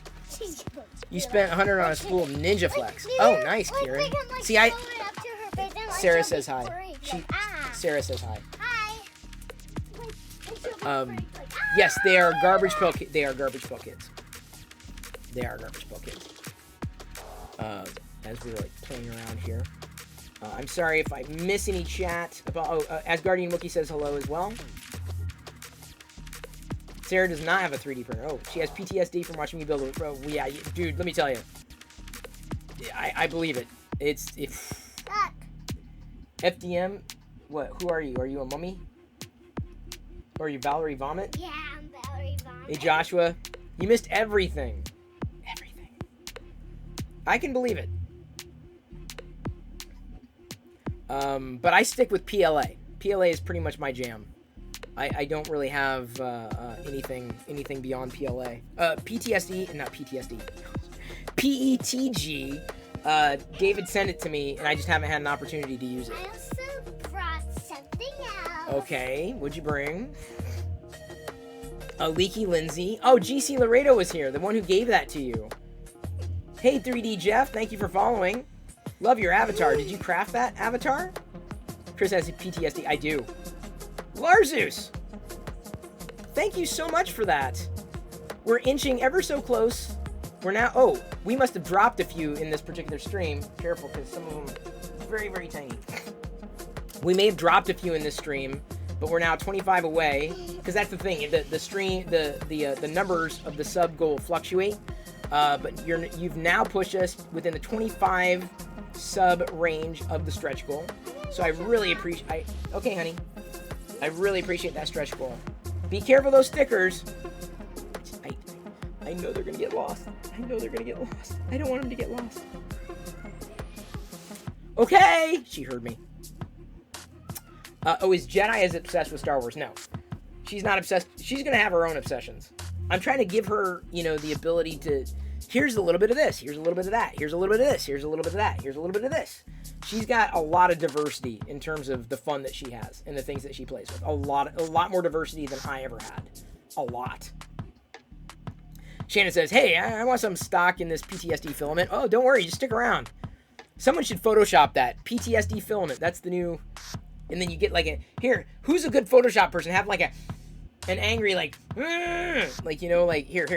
I'll even give you the... give me a second. I'll give you a full clean view here. I'll give you like... And then like, buy the new PTSD filament for when your printer never works right.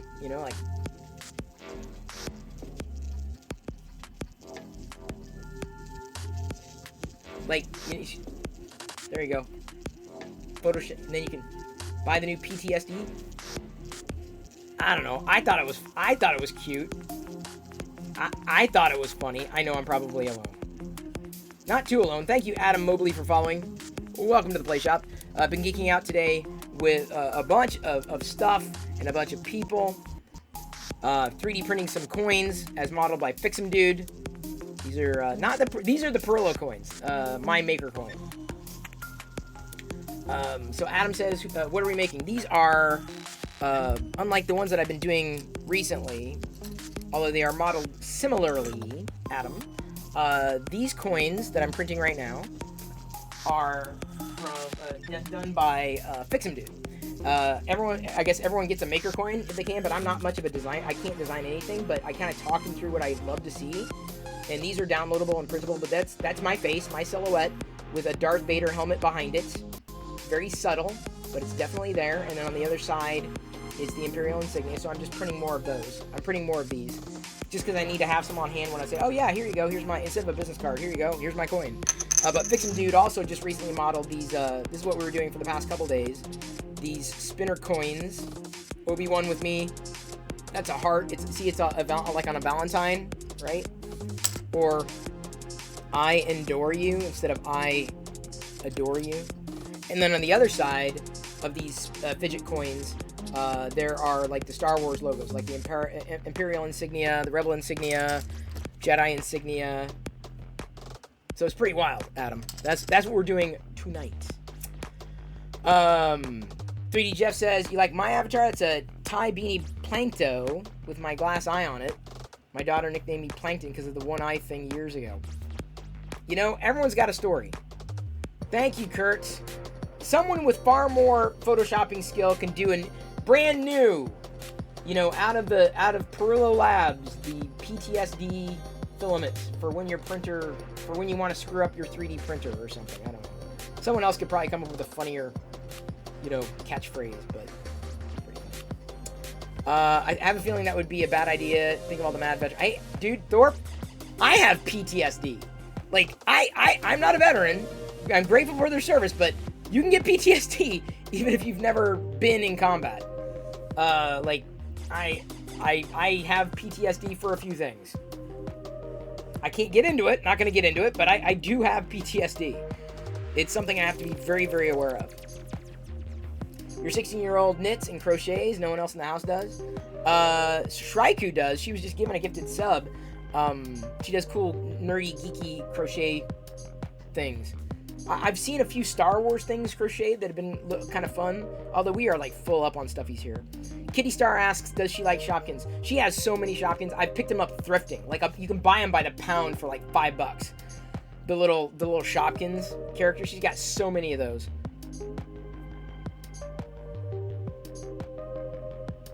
Well, okay, so if you're saying, okay, I thought it was, maybe I shouldn't do the PTSD filament then, is that what you're saying? Even though, okay. The last thing I want to do is make light of somebody else's problem, because I don't. I'm just saying I have the problem, and the way that I deal with it is laughing. That's my coping mechanism. Other people have different coping mechanisms. The last thing I want to do is offend anybody. Although it probably goes without saying that at some point in the future I will offend people. If I have not offended you yet, stick around. Kitty Star or What That Toys, miniature surprise. Oh yeah, these Garbage Pail Kids are, I found them today at the store. They're little miniature trash cans, so kind of like collectibles. They come with little stickers, come with little like shopping things, come with little figurines. Kind of a mixed bag, so to speak. They're really cool. Oh, Free Heathen, thank you so much for the cheer. Thank you. Fix'em Dude doesn't have a Maker Coin? Are you serious? How could you not have a Maker Coin? That surprises me.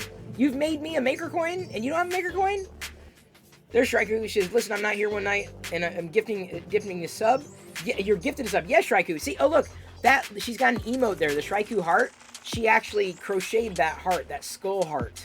She crocheted that little emote. That's pretty cool. For real. I love thrifting. I can actually offend you next. I will work on it. Give me a minute. The first responder suffers from PTSD. We see things can mess with us on unexplainable levels. Viper, I can believe it. You know. And Papa Bear says he's not the only one. I need to make a coin too. You know, it's funny. How do I have a coin and y'all don't? How is that even possible? I have 4 variants of a coin. I love that, Shraiku. I love that your emotes are personal like that. My emotes won't be like that. I'm going through Jedi Greg to make the emotes. So, since we're talking about PTSD, not to trigger anybody, and I mean that in the most polite way, yeah, I had something happen to me right around just about a month or so before Jedi was born. No, that year. The entire year that Jedi was... 2014 was a really bad... 2014 was probably the worst year in my entire life. And subsequently, the best year. Jedi was born. Best thing I've ever made. I've created a lot, right? But the best thing that I've ever been a part of making, Jedi. I can't take the credit. Diana baked her. Diana 3D printed Jedi. I provided... Anyway, that wasn't the PTSD. I went through a series of what? For real? She 3D printed Jedi. How do you explain pregnancy? You 3D print people. You like the terms fit.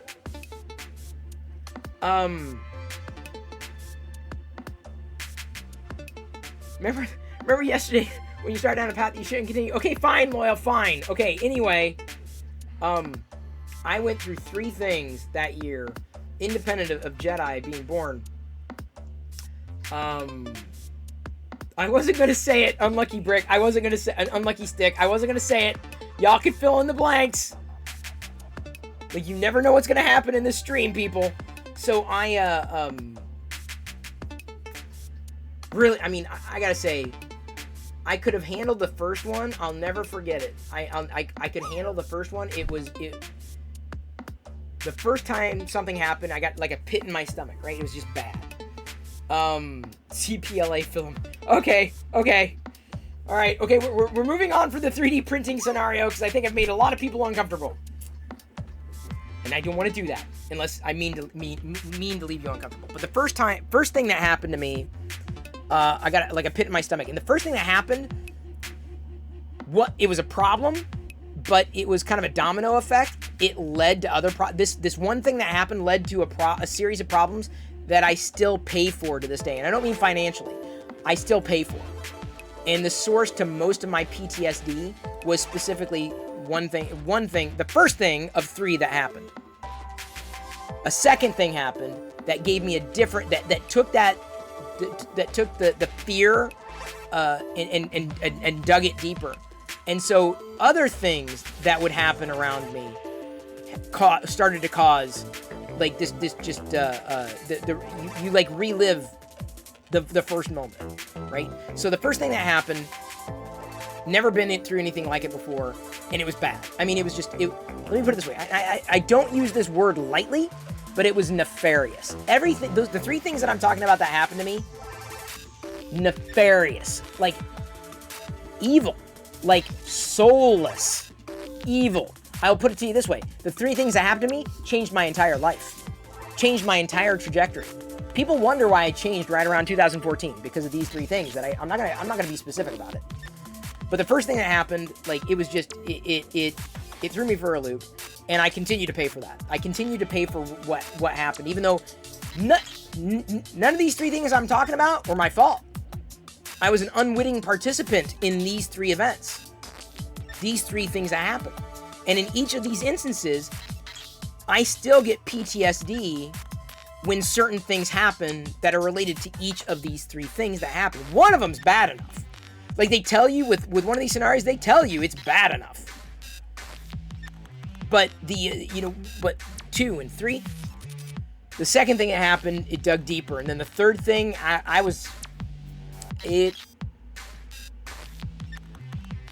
I can't tell you just how much it changed me.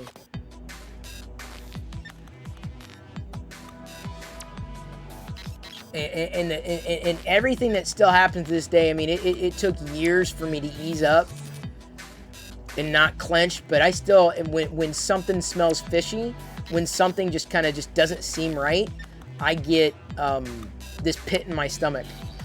And I'm able to operate, I'm able to push through, I'm able to deal with it. And maybe it's because I have dealt with it. I'm not going to say that it's not about someone having more PTSD than the other. It's just bad. One of these situations was a life or death scenario. One of these situations was life or death. No one knows. Y'all know now. But, like, that's as far as I'm going to say. Life or death. Changed my life. So I as much as I've never been in theater, right? Combat, as much as I've never been enrolled in the military, anything close to that. Like, I'm not talking about a similar scenario. I can't draw parallels. I cannot draw parallels. So, suffice it to say, like, I pay for these things to this day. I pay for them. Maybe not monetarily. I guess indirectly I pay for them monetarily. Because it changed everything. It changed everything.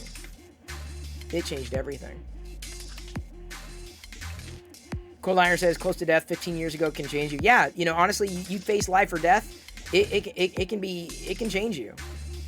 I don't talk about it. I mean, this is honestly, this is as much as I've talked about it. And I'm not at liberty to go into it. I'm not. Because it's not, you could go back and watch the vlogs and you won't know. As much as transparent as I was in the vlogs and as transparent as I am with you, on Twitch and in this kind of relationship, and I understand anybody can watch this, and I understand anybody can tune in, but it was you'd never know. I don't owe an explanation to anybody. I don't owe it to you to explain why my life changed. I don't owe it to you to explain how it changed. I don't necessarily even owe it to you to tell you that I suffer. I've been a victim, I'll say, of PTSD. I move past it and try not to suffer the effects of it because I feel I have been able to control something that was uncontrollable. And I think that's the easiest way to explain it. I feel like I'm in enough control of these situations where that which was uncontrolled to begin with has been mitigated to a point where I'm confident enough. But don't get me wrong, I still get the whole tickle, pit in the stomach. I've had fight or flight responses, like, I will drop. I mean, seriously, PTSD is no joke. I'm far from making light of it. Far from making light of it. Kurt says, and Kurt knows what I'm talking about, but he says, you and I went through a very similar experience same year. That was my darkest year. I've never been so depressed. I've never felt so hopeless. Kurt, that's the feeling. I'm serious. And I can't say depression. I don't think I've ever suffered from depression. I was built differently, and I'm grateful for that. But I can tell you, it pushed me to my limit. And I mean, when I talk to people, even Diana had to put me in check sometimes because I'd be on the phone with people just screaming, yelling, like just tearing them a new one. And it wasn't necessarily their fault. But, like, it was still related to these situations, and I'd just be so angry. So angry. Because I'm like, you don't understand. You don't understand PTSD. You don't understand... If you've never been through something like it before, you don't understand how deep the cracks go until you fall through one of them. And that's the easiest thing I can explain to this kind of condition. But, that said, it's still my responsibility. It's still my responsibility to address it. I cannot use it as a crutch. I cannot say, well, this is the reason why. I know it's there. I do my best to accommodate it and to be my own, be in control of a situation. And being in control of a situation helps me control myself. Because when the situation is uncontrolled, there is no control. And I can't fall back on myself, because if I'm not controlling if I can't control this uncontrolled situation where bad things, I mean, very bad things can happen, and there are consequences. So, yeah, it's real. But even in going through that process, part of my mental health is not necessarily saying, well, I have that, and this is the reason, that's the label, and blah, blah, blah, blah, blah. No. You've got to work on it. And I'm not just saying that as, like, holier than thou, sanctimonious, Chris sitting on his high horse. Like, I've had to work on it to find my path. Part of that's catharsis. Part of that is just finding a different path forward. And that was probably the hardest part for me, is having to find a new path forward. And having to do everything I could to control these uncontrollable situations. But the last thing I was going to do is be a victim. I wasn't going to be a victim. And as much as I'm like, I've got to be able to do this, I get this, but I got things I got to do. I can't just stop living life. That's the way I looked at it. I'm like, I got to address it. I got to see it for what it is and move on, because otherwise I'm just going to be stuck in this infinite loop, right? And I don't think I could do that. I don't think I was built to be that way. Not to say that we don't have our days, but I'm a doer, right? So the way that I cope is by doing, right? The way that I cope is by talking. The way that I cope is by taking a look at a situation and figuring out a path forward. That's an entrepreneurial spirit, right? Thank you, 3D Jeff. Panic attacks with a serious dose of depression and anger sucks. Yeah, no doubt. Well, anger's not a problem. I've gone around on this too. Anger isn't an issue. It's how you act on that anger, right? Punching a hole in the wall. I'm Italian, so you can sit there and say, "Oh, you're so angry." No. Like, you don't understand. We're just loud. We're very emphatic. That's, as much as it's a stereotype, it's just true. It is just true. We talk with our hands. We use facial expressions. Like these,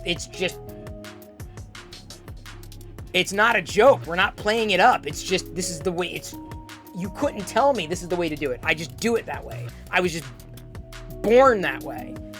Jedi does it too, and I don't think part of that is nature. Or I don't think part of that is nurture. I think a large part is nature, because I know the way that I've been. It's why I was cut out for theater. It's why I was cut out for the camera, cut out for presentations, public speaking, and the like.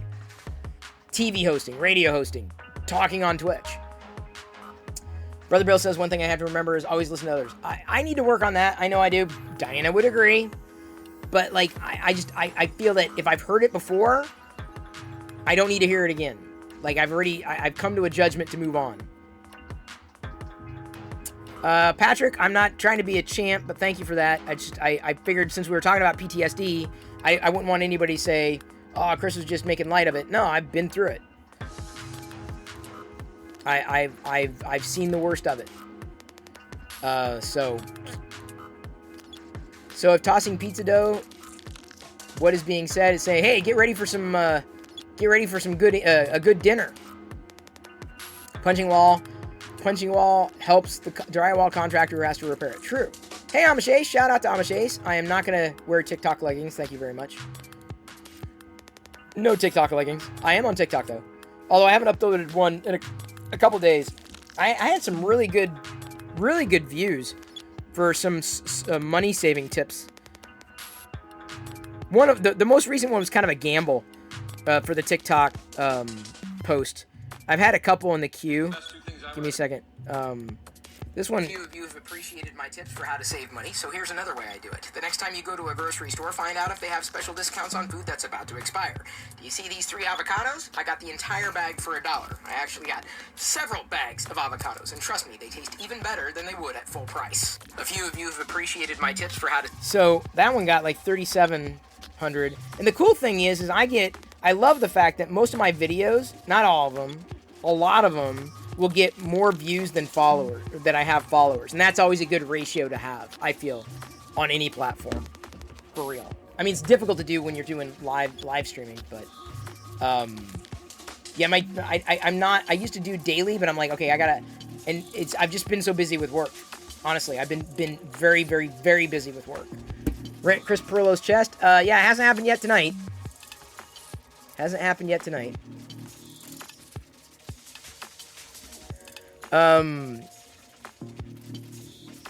You're very humble but real. It helps people don't know there's a light somewhere in the future that sees someone they looked up to has been there or somewhere similar. You know, it's really funny that people see that.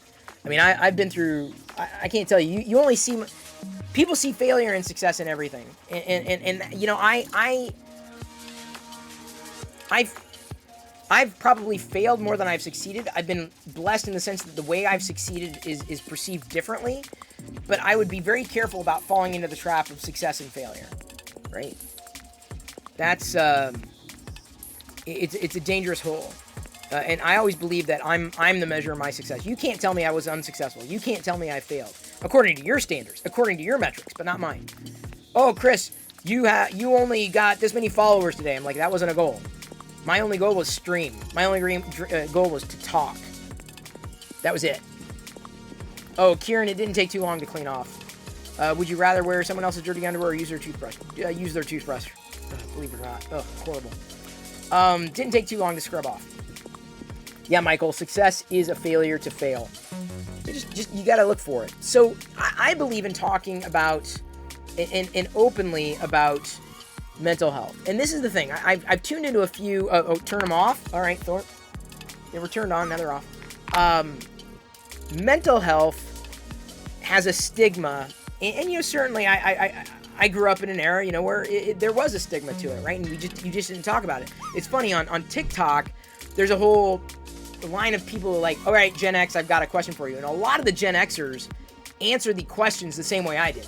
Like, were you left to yourself to do this? Did you ever talk about your feelings? Did you ever do this? Where, you know, what was the first, how old were you when you first did this? How old, and like, Gen X was a tough generation. Huge, tough generation. But, like, when I see people like Jerry Barnacles, I'll get to the would you rather in a second, Mark. We're going pink now. Y'all are killing me here. There's your pink. Jerry has gone on recently about his mental health stuff, and I'll listen. I don't understand what he's going through, but like, he talks about it, and I think it's good to talk about. I feel that even if he doesn't see it this way, it's cathartic. And the challenge that some Twitch people have, or YouTubers or creators have, is being transparent with their community. It's a lot easier for me to do in a live environment because I have real-time feedback, but I'm, you know, in terms of going beyond that, I don't know if I necessarily have anything unique to say. Apart from talking about mental health is something more people should do because it reduces the stigma. And if anything, you know, if I sat here and said, I have PTSD for certain things, but then did nothing about trying to address it, yeah, that's not exactly the type of example I would want to set. And it would show you that all I was doing was just spinning in a circle instead of actually doing something to address it, right? So I've done things to address my PTSD. Better controlling the circumstances around which that PTSD existed. So when it does feel like life is out of control and I'm in those moments again, I can go back to this thought of like, no, I've got a handle on this. No, you, unknown variable, are not in control. I'm in control of this situation. And as much as it can agitate me to go back to those places, that's how I keep that in check. You know, you got to gain control of it. You got to gain control. Not easy to do. Some people need to find a medication. Some people need to find a different medication. Some people need to work forward with it, right? There's no one size fits all with mental health. But burying it and pretending it doesn't exist, I don't think is a very good idea. not my path. I can't judge. Your choices don't necessarily directly impact mine. But if they did, you're darn right I would probably speak up. I'm like, look, this is what needs to happen. I'm a big problem solver. If nothing else, as much as I don't relish the idea of introducing problems, hello, and I've got a 3D printer. This is the biggest problem. Although it's like Krusty said, it was great. In a DM, he says, "Well, you got lucky that things have been printing out that way." I'm like, "Isn't that 3D printing?" He joked about something that things could be better, but he's like, "You got lucky." I'm like, "But yeah, isn't 3D printing just getting lucky? Isn't it just guesswork?" So I thought it was funny. 3D printing is kind of guesswork. You have plenty of your own Gen X. Been through the ringer moments. Yeah, Papa Bear. My history is scattered with it for sure. OX got a minute. Gen X here as well. Nice. Asgardian Wookiee has suffered and still suffer mental health problems for over 8 years. Community awareness of mental health has improved a lot than it was. Yeah, for sure. Like, just the more people who talk about it, less stigma is associated with it. Like, oh, I don't want to talk about my vulnerabilities. And that's, you gotta have boundaries. Like when I stream, I know the things I want to say. I know the things that I can say. And I know the things I'm going to hold back. So as transparent as I'm being with you, I feel it's safe enough for me to say I suffer from PTSD. You don't necessarily know my triggers. And I'm not going to share those triggers. It's the last thing I'm going to do. Like, why would I do that? There's nothing to be gained by that. And all I'm doing is just handing you a weapon, right? That you could use against me. You got to be careful. Like when people use, when people use those vulnerabilities against you in a pointed way, A, they don't know how to argue. Because it's usually brought up in an argument. They're usually they want to play on emotion. And we'll use that to try to win by tearing that by demolishing you, knowing what your triggers are. So they'll say everything that they believe is going to trigger you. That it's a weird form of it's arguing, but it's basically the last salvo from someone who's losing an argument, and it's clear when they go that direction that they've lost. They've lost their standing on that. But I've been through those arguments plenty of times. Lord, I can see him coming a mile off. A mile.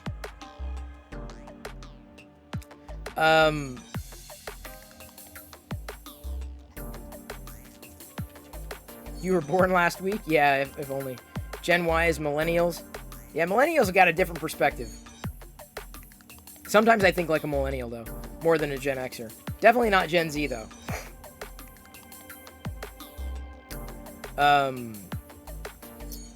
Along with needing to talk more about mental health, people on Twitch and YouTube need to stop with the fake personas. Everyone has problems and health issues, deal with the things. No one has perfect fairy tale life. Yeah. Oh, hey, Sarah. Thank you for jumping off. Appreciate you hanging tonight. Thank you for that. I'll be back again tomorrow with just to let you know, I'll be doing Jumpman Jr. tomorrow on the C64. I'm not done yet tonight, but us millennials get blamed for everything. I'm not gonna blame you. There's plenty of blame to go around. That's for sure. Plenty of blame. In Horde 7, I'm not, as much as I can put on a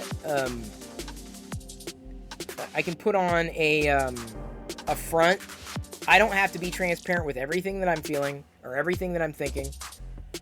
It's difficult for me to not be genuine, and I don't necessarily have to sit here and tell you all my troubles. To just know that, okay, I'm going to put those troubles on pause and focus on something else. In many ways, the Twitch stream is a chance for me to do that. It's a mental reset for me. It's a creative reset for me. I look at, this is just giving me a chance to, okay, I got to unwind. I get so tightly wound at work. I'm like, I got to unwind. I gotta have my own outlet. So I could go from having just horrible time, and in some cases, you saw me at least once, and like, I was just not feeling it. Like, dude, I can't tell you. I'm overwhelmed. And it was difficult. I wore my heart on my sleeve, right?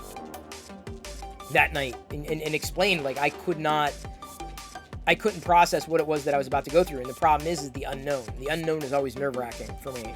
It's when something's unknown. I don't like unknowns. I don't like not knowing where something's going to land. I don't like not having that. Right? And as much as like doing streaming on Twitch, I don't know how many people are going to show up. Don't know how many people are going to follow, sub, cheer, tip, whatever. But like, that's out of my hands. The only thing that's in my hands, the only thing I can control is when I do it. So that's the thing I focus on. that's the thing that gives me that kind of release. And then everything that happens from it is just a bonus. So I really appreciate Lars Zeus when you do things like gift subs. It's fantastic. It's like, it makes that effort that much more rewarding for me. Lars Zeus says, I feel like Gen Z kids think they're the holy grail of generations. Yeah, doesn't every generation believe that, though? Isn't that every generation's thinking? Dandrak says, plus you can talk about your stuff to people, most of which are sort of friends. We wouldn't be here if we didn't like your company. Dandrak, that's the hope. Gen X millennial transition, or the X-Millennials? Gen X for the win. I'm Gen X, all the way. Yeah, Dandrak, but you never know. Like, the beauty of these Twitch conversations, I'll have an idea. Like, I'll have stuff, and I'm like, oh, I'm gonna open these Garbage Pail Kids tonight, and have fun with the Garbage Pail Kids, and chat with everybody. I know that not everybody here is a Garbage Pail Kids fan, or I'm gonna 3D print, right? That's become a regular thing. I know not everybody's into 3D printing. Not everybody is interested, in the same stuff. Star Wars, right? The same thing. Any one of those things. But it's just talking about it, and maybe people are receptive. Or even in talking about it, I can connect with fellow collectors. Connect with fellow people who understand what it was like to grow up in my generation. Even if we don't have the same crossover interest, right? I can talk about retro one night, and I can talk about 3D printing, another night, and this, that, and the other thing. Mental health, let's say, right? It's not safe. There's boundaries, but it's still something where very rarely, I may be tired at the end of the stream, but very rarely do I feel emotionally drained. So do you feel me? One of the reasons I like streaming is because it's the one thing that I don't have to think about. Everything else I got to make decisions on. Everything else is work. Everything else is tasks. Everything else is, taking care of things. Everything else is responsibility. Everything else is management. Everything else is making sure that this, that, and the other thing happens. And everything else is taking, all that. And when I'm sitting here, I'm just like, this is it. This is the world. This is it. All I have to worry about is this. And this to me I don't have to take care of any of that. I'll take care of that when I'm not doing this. And I do. I take care of everything. Like, everything gets done, right? That's my Gen X, right? Everything gets done because it's got to get done. Period. Younger generations have been blamed for the coming apocalypse since the beginning of time. No doubt about that, Bill. Joshua says, I believe Gen Y had the greatest generation in terms of tech advancements. Look at how we developed AR, smartphones, advancements, and internet streaming, gaming too. Yeah, Jedi's in a different world. Completely different world. Viper says, I have a mental disability, and talking about it and educating people about it helps me so much. Catharsis. It's, being vulnerable and being honest about that, being guarded in a calculated way, I think there's a benefit to that. And even if you don't do that in a public way like this, just talking one-on-one, that's fine. But some people have a problem with that. They'll even get triggered when they do that, when they talk to other people, because they're actually saying the quiet part out loud. And they're not used to it. And it'll cause a problem if they don't know how to deal with it. And I've seen that happen. I've seen it up close. And it's devastating. It's absolutely devastating. Guess which gen developed all that stuff for Gen Y? Gen X. Yes. CNE up. Yes. Taking care of business. Don't worry about things you cannot change. Change the things you can. Hutches, that's exactly the way I think about it. Just see with the things that you can control and put them in control. You still have to think when you're streaming, you say the wrong thing, your internet instant ban. But Horde 7, that's not an issue for me because I'm not someone who's necessarily bending any kind of rule, right? Or looking to break any rule. I'm reasonable. I'm talking to you as you're a human being, right? The camera that I've got in front of me is a gateway for me to communicate to you. But this takes, I will say this, of all the things I do throughout the day, this is the thing that takes the least amount of effort. It may be high stakes.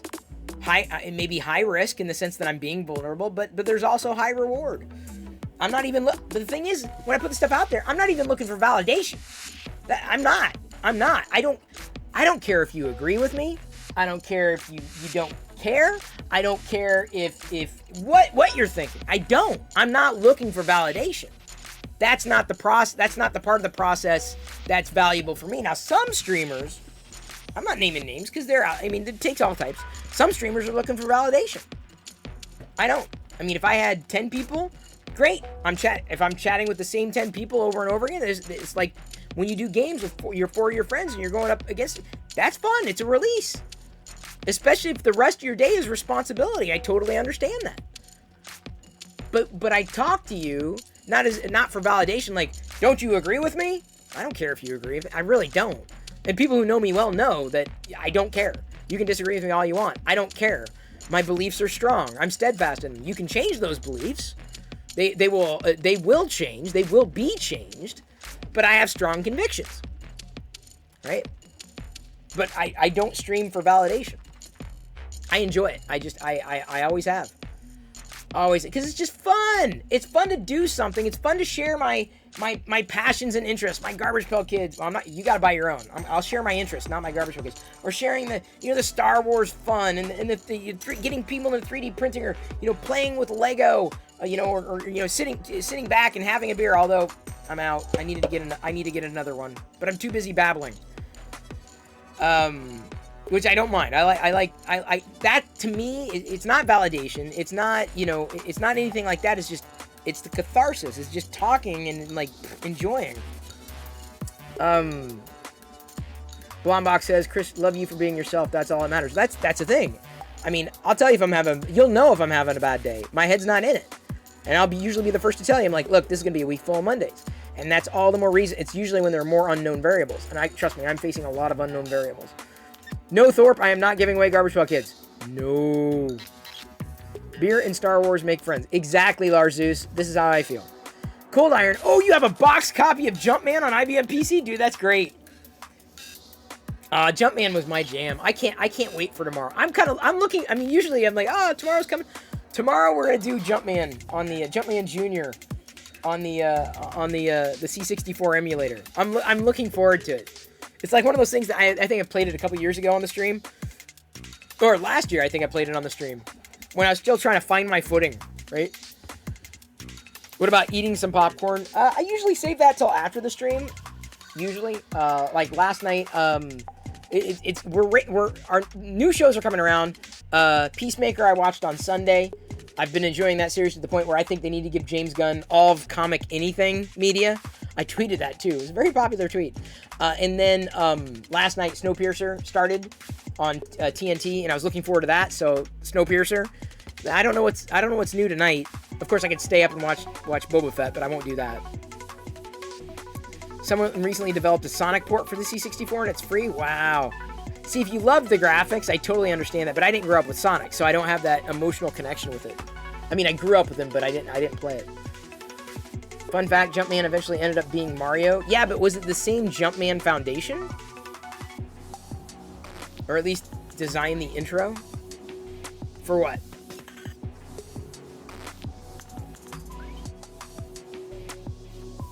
I know they called Mario Jumpman, but I think Epic's Jumpman was different from what Nintendo was doing. Love to hear the Sonic music on a SID chip. Crunchy. Oh, I bet you can find a SID file to download to listen to. I bet you that exists. Bill would probably know Kurt. I love listening to SIDs. I don't have any random playlist going on in the background, but like the chip tunes, like I'll ask Google to play chip tunes all the time, and it's a mix, right? I love MIDI files. I love SIDs, mods. What were the other file extensions? A stormtrooper walks into a bar and goes up to the bartender. The stormtrooper asks the bartender if he's seen his friend. The bartender says, I don't know. What does he look like?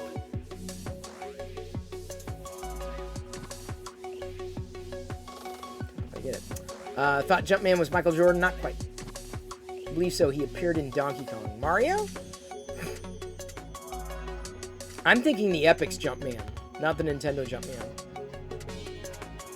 Amiga Bill can hook you up on that too? Wait, what? The SIDs? Or the Sonic SIDs? That's funny. Asgardian Wookie, thank you. Just letting you know, always look forward to your stream. A lot of fun to be had. Well, you never know, Asgardian Wookie. Some nights are slower than others, but I have fun chatting, hanging out, answering questions, babbling, telling you what's on my mind, what's on my radar. Tomorrow is going to be the Book of Boba Fett. Very happy, very excited. And I actually had a barista today ask me, so what do you think about the Book of Boba Fett? I'm like, I love it. So really? I'm like, Yeah. It's new Star Wars. I'm excited. Like, how could you not? Because here's why I found out. Because he was going off about Legends, and see, this is the thing. This is the thing that that Lucasfilm has got to get over, right? The idea that Star Wars is about characters that you know. They got to get past that. We got to get to characters that we don't know, because everyone had in their mind what Boba Fett's future was. Everyone had in mind what Boba Fett's story was going to be. And so when Lucasfilm introduced it, that's why there's a discrepancy and people are having problems with it. I believe that's the foundation of people's issues with it. Because if you're along for the ride, it's been fun. Used to be addicted to downloading MIDI files, then I got a wavetable sound card and a whole new game. Oh, I know, Dark Toy Lord. In fact, I used to, the Locker Gnome newsletter back in 1996 or whatever, every week I would feature a font that you could download to your PC and a MIDI file. I featured MIDI files in Locker Gnome and fonts, TTFs, before OTF was a thing that you could download to your PC. For real. We still have a lot of friends that still do SIDS on the C64 demos, etc. It's such a good sound. I would love to have someone develop an AI generative, like SID slash chiptune type of experience. A generative, though. Oh, wow. This is cool. Although it's definitely old school kind of boards. Where do you listen? I was looking at Brother Bill's link there. When does a joke become a dad joke? When I tell it. Did this barista know you're into Star Wars? Yeah, they did. Everybody knows I'm into Star Wars. Everybody. Like, everybody that I interact with outside of anything knows I'm into Star Wars. So I said, yeah. So as he left, he says, well, I'm glad you're enjoying Book of Boba Fett. I'm like, I am. Because here's the thing. I don't have to think about it. I don't have to worry about it. It's escapism. Is Boba Fett another Star Trek show? You shut your mouth. Your Google feed is filled with articles about what's wrong with Boba Fett and how bad it is, or how it needs to be fixed, or how they just destroyed another fixture. Mystery Goat, you're following the wrong people. Like, it's just, I don't know, it's clickbait journalism. They're just, inevitably, it doesn't matter what they do, people are going to be mad at it. So I'm like, just enjoy the ride, dude. That's the way I look at it. I'm like, I'm just enjoying the ride, whichever way it goes. However it turns, like, fine, I'm in. So I just don't want to worry about it. Let somebody else entertain me, dude. I got enough I got to worry about. Is it something that doesn't entertain me? No. I mean, if it isn't, I'll move on. And even the things that haven't entertained me, like, I'm like, okay, there's plenty of other choices. I'm not going to sit there and stew about it. I'm not going to be, oh, they ruined. Even if I didn't like it as much as other things, that doesn't mean they've ruined anything. I think the problem is people have higher expectations. And I'm not saying they need to lower their expectations, nor am I saying that Disney shouldn't raise theirs. It's just that you've got to take it for what it is. You got to take something for what it is. It's entertainment. It's not a tool, right? It's not there to fix you. It's there as escapism. It's a story, and you can't judge a series based on one episode or one moment in an episode necessarily. You can judge if you've seen the whole thing, like Brazen, which was, you can't argue this with me, one of the worst things that ever went through Netflix. How that got funded is beyond me. Brother Bill is early Locker Gnome days old. That's way early. Way early. That evolved. The name's still around, but it doesn't mean much right now. Maybe it'll come back. Perhaps I should dig out my C64 and do stuff with it. Well, Cold Iron, that's what Bill is here for. You run into issues. I bet you Bill would be happy to help. I'm not putting Bill out there, but Bill participates in the community and he knows where to look. And I just met this guy, and he's known me. I've been on his radar for eons, but I just met him that I know of. Would it be possible to 3D print a firefighter badge? Yeah, Viper, absolutely. In fact, I bet you those models exist. K2, Kevin Twitch, CP, glad you're still doing your thing. Turn me on the ticks clock. Yes, mine are working too. They're back here, Kev. Those are mine. They still exist up here. They're still back there. Nomi3 remembers the newsletters. Yep. Darth Gallum notes, too much toxic fandom. Yeah, I ignore it. I mute. If I see an article like that in my feed, I mute that source forever. I stop paying attention to it. Seriously, it agitates me. I'm like, dude, just Why do Stormtroopers only have iPhones? They couldn't find the androids they were looking for. Oh. You're not following anyone. It's the algorithm. Knows I like Star Wars, and these are the articles suggested to me. Mystery Goat, I think you can block by source, depending on which... No, Google Feed allows you to block by source. And usually those are the same...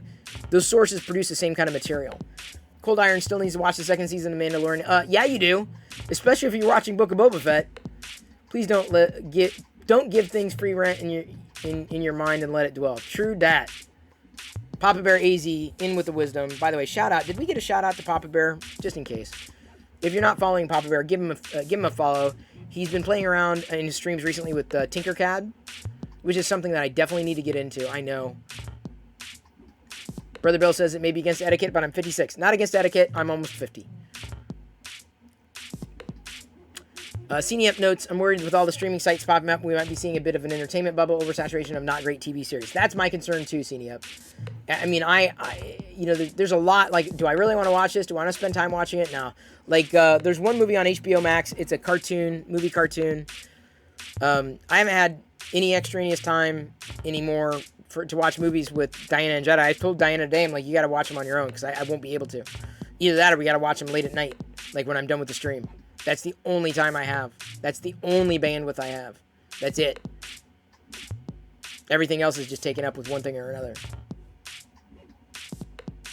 You want one, but can't find one because I want a custom one made for my firefighter collection. The Viper, the best way to do that is probably to do something, whip something up in Tinkercad. If you're talking about something simple and straightforward. That's probably your best bet.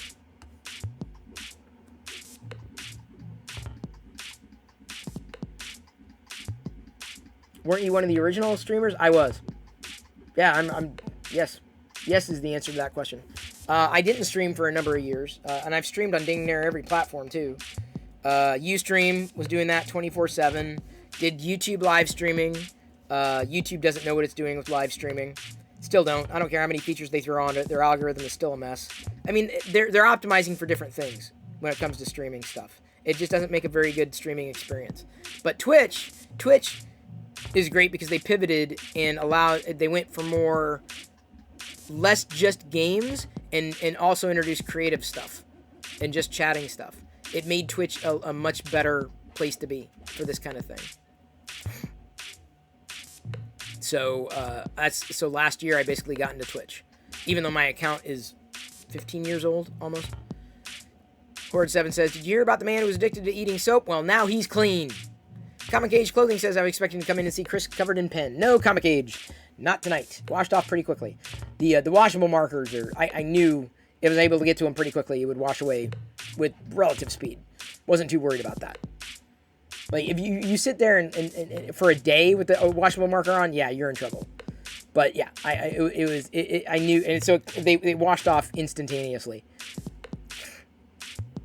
I knew people would forget about it quickly in Comic Cage Clothing, too, so... Viper says, don't have a 3D printer, pay for someone to print one for me. There's a service that does that, Shapeways, where if you upload a model, they'll print it for you.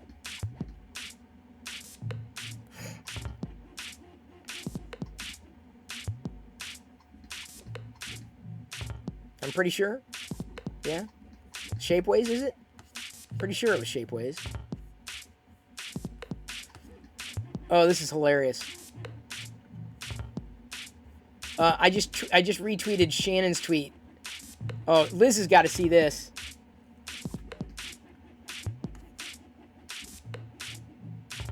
Hang on.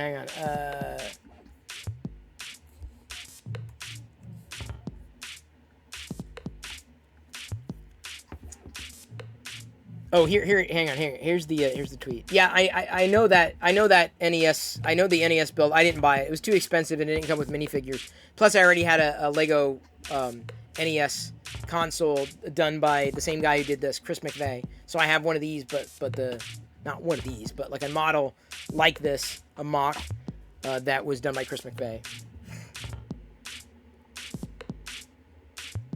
Shapeways is one of them. Okay, so it was Shapeways, Viper. Shapeways has it. So the NES set didn't interest me as much.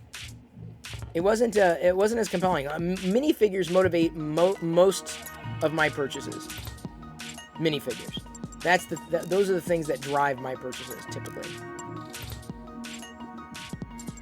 You know, not everything, certainly, but many of the things that I do. Hang on just a second.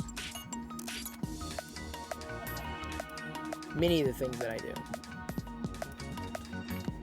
So, imagine if we could actually play games. Yeah, that'd be pretty cool. When is my Razor Crest? I don't know. I don't even know when it ships. I'm excited for it though. Thank you for. Oh, Viper. Let me put your mind at ease.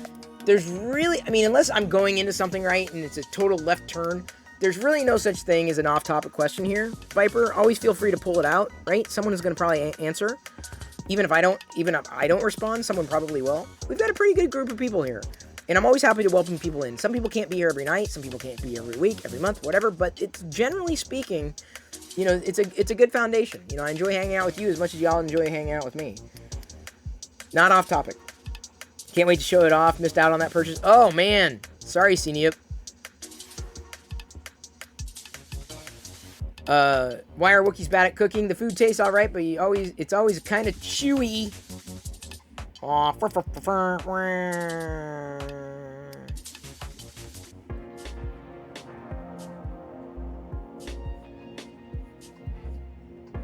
so funny. So,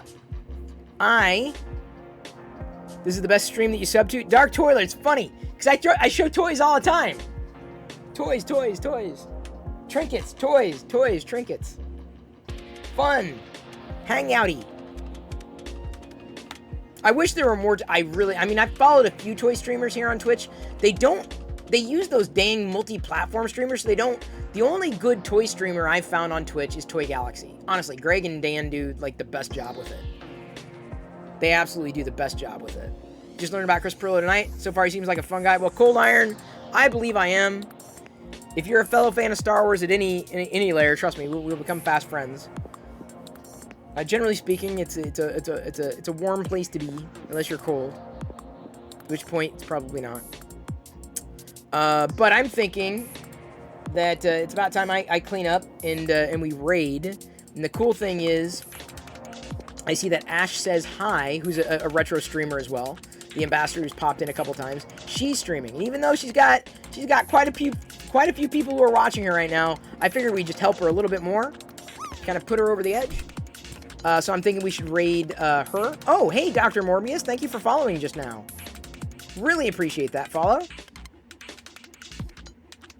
What do you call a Sith who won't fight? A Sithy? Funny. So Doctor, are you a real doctor, Dr. Morbius? What brings you here? You didn't fall asleep at your... Oh, Kurt, you missed one hell of a night last night. Last night was just... It was pop... I mean, tonight was a good night, too. You followed Locker Gnome years ago. Even went to one Gnome Dex. That's right. Got a minute. Yeah, Gnome Dex takes me back, too. God, it takes me back. Some people ask, will there ever be another Gnome Dex? I'm like, dude, TEDx. Online. Like, if everything is different now. It used to be... It was just different. Back in the day, it was radically different. In every way. I could not do something like that. It worked, but it did not have the resources that I needed to have. It was great. The run that we had, I mean, it was successful. I made, built plenty of relationships, some of which still stand to today. I had fun when it happened. It was a stress out. Every year was an uphill battle.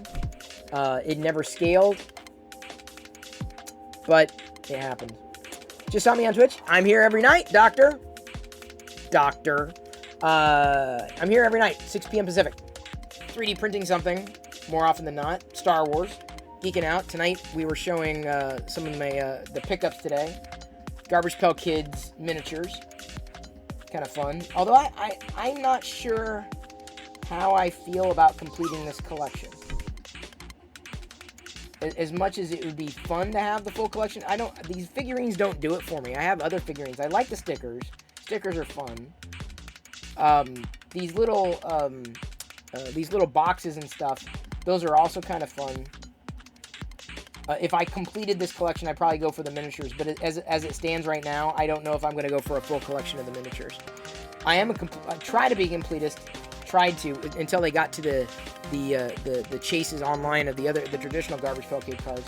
Stayed modern. I've got most of the modern stickers. Like I've got the full vintage collection. There's the extra. That's Chris Mess. That stands next to my wax packs of the GPKs. Yeah, they're fun. These are cool. I will showcase them. I worry that I'm chasing the other ones down would be a very expensive proposition, so I don't want to do it. I don't want to even begin to look into it, but that would be kind of cool to complete the collection of the little these trinkets, because you haven't seen these. The miniatures, I already have the Garbage Pail Kid miniatures. Not as exciting to complete those, but these are pretty cool. These unique ones, like the Impulse brands, or the Impulse Super Impulse has the wacky packs, and we didn't get all of those, but I didn't collect wacky packages when I was a kid.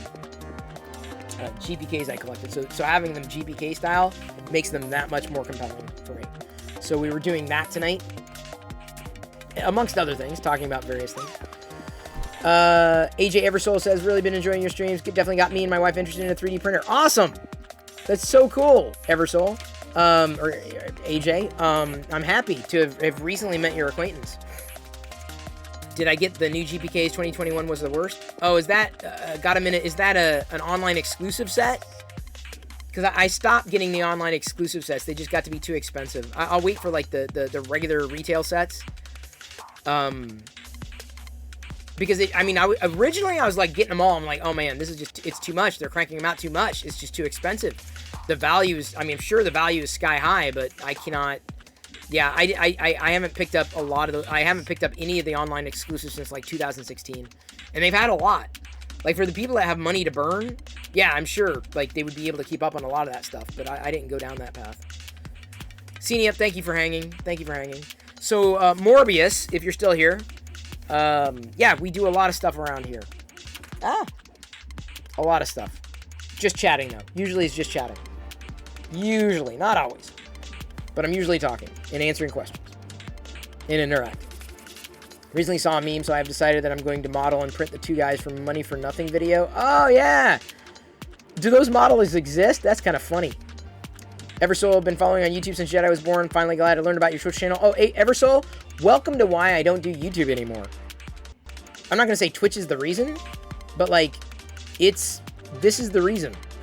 Like, it's so much easier to interact on Twitch and so much easier to build a community with Twitch than it is on YouTube. YouTube is not a good place for a community. YouTube's a great place to publish videos, but, like, getting to know people, apart from, like, a one-to-many, it doesn't, I don't know. It's not for me. I'd rather spend time on Twitch. I get more out of spending time on Twitch than I do on YouTube anymore. But I'm not a YouTuber. I admit it. I'm not, it's not, I can't exist there anymore. Apart from the maybe just farting around videos.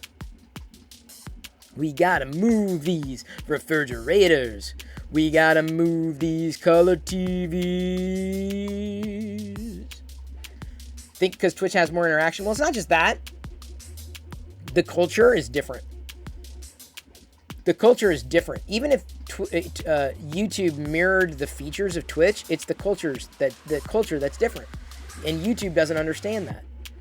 The culture's different. You open YouTube, the YouTube app, what is it? What is it? It certainly isn't the videos that you subscribe to. It's everybody else's videos. But it's not yours. Okay. Cool. When you go to Twitch, you know you're going to see me. There's no algorithm.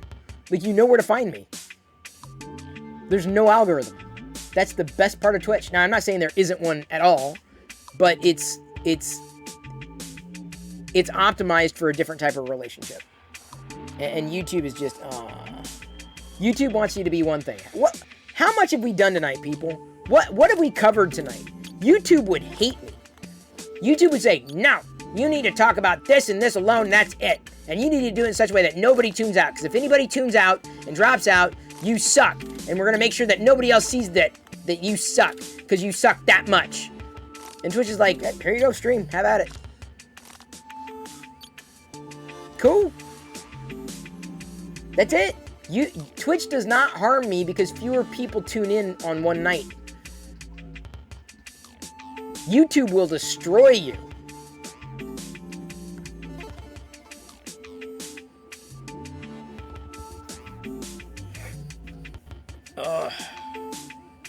YouTube wouldn't tell you anything. You just get the silent treatment. Pretty much. Twitch needs a lot of work. There's no doubt. But one of the reasons why we do the Locker Gnome stream team is so that you can cross-discover other people that share kind of geeky interests. I'm looking for more people. Anybody who's a streamer does nerdy and geeky stuff like me. Doesn't have to be exactly the same, certainly. But K2 says, or Kevin says, YouTube thinks they're a network. You still be monetized, you just get random views. That's how it works, dude. There's probably a tweet in that. Like, Twitch doesn't care if you have fewer viewers one night over another. YouTube will absolutely destroy you if you do. There we go.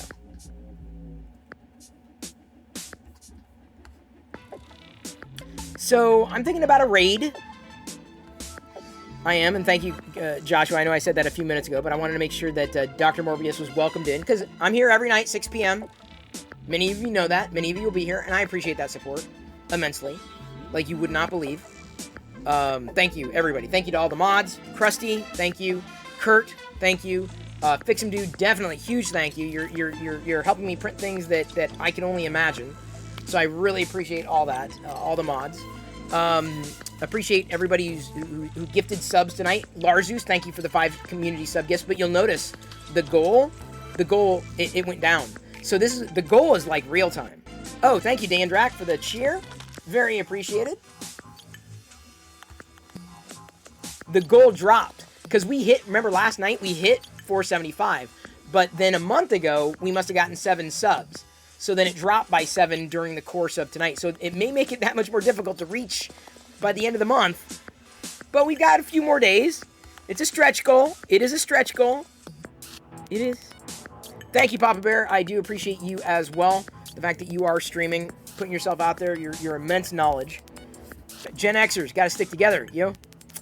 Remember the Nielsen ratings? No one understood where, who, how to rate. Suddenly a shiz show has the highest rate on TV. That's YouTube. Yeah, pretty much. Oh, Brother Bill, thank you for gifting a sub.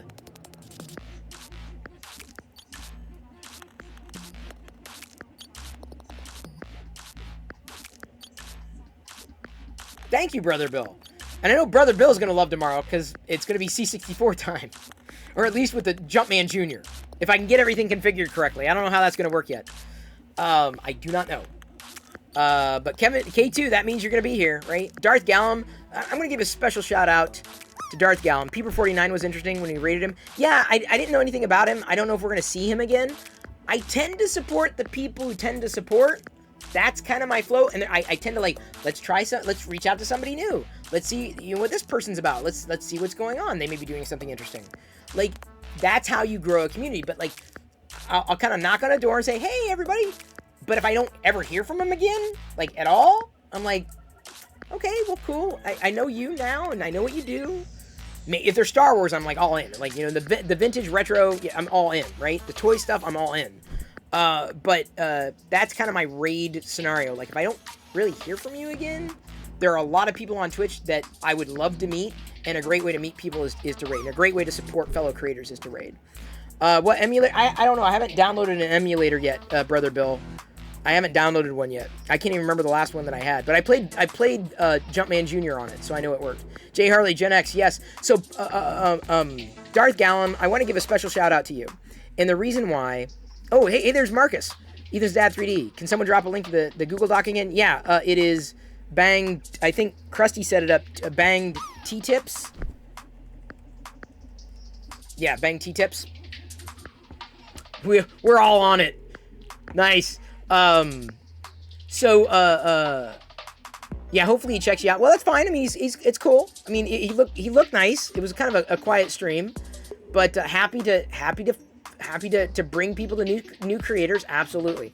I've never regretted anything in doing that. So the reason I want to give, I know I've been having you on edge here. The reason I want to give Darth Gallum a special shout out is because he specifically brought in a person today, Cold Iron 1977. So there must have been some reason you must have specifically recommended, said, no, dude, Chris Perillo, it was probably Star Wars.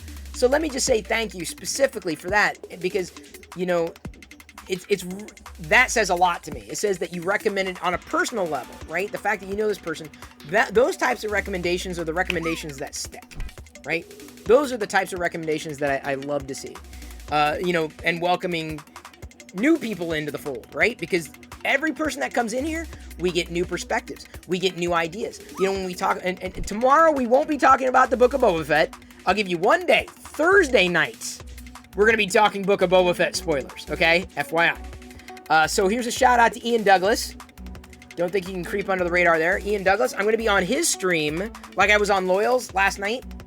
I'm going to be on Ian's stream in another few weeks in February. We're going to be going over my LinkedIn to try to beef it up. Not that I need to. I'm not looking for anything. It's just like I've never really had professional advice on doing things right and writing things well, right? I'm really bad at selling myself. February 10th, I'm going to be on his stream. So if you're in the tech industry and you're looking to beef up your resume, follow Ian right now. Even if you're not in tech, you may be able to glean some ideas from Ian, okay? He's also into 3D printing. But that's just FYI. The Viper says, want to thank you for bearing with me. Learn Twitch is much appreciated. Well, dude, what was I going to do? You see, this is the thing. When it comes to communities, you got to treat... I can't assume you're in on all the jokes. You're not going to know. The first time you see Emperor Palpatine on the stream in the middle of a hype train, what's going on, right? You know, the first time you see something happen, you don't know what's going on. You do it. What's a cheer? What's a hype train? What's a this? You just figure it out as you go. But we got to be warm and welcoming. Like, we don't really have an official welcome committee, apart from me saying, hey, thank you for following, right? Necessarily. Sometimes people in the chat give a shout out. You say, hey, welcome aboard. Always happy to do that. That's how community builds. That's how it goes. Because if I couldn't expect anybody jumping on for the first time to know everything was going on. You know, I assume if you're following for a reason, you want to say hi, you're here to chat, you're here to stay. You learn over time. Oh, Chris is there every night at 6 p.m. You may not be able to be here every night at 6 p.m. I totally understand that. Totally get that. There are a lot of options for you.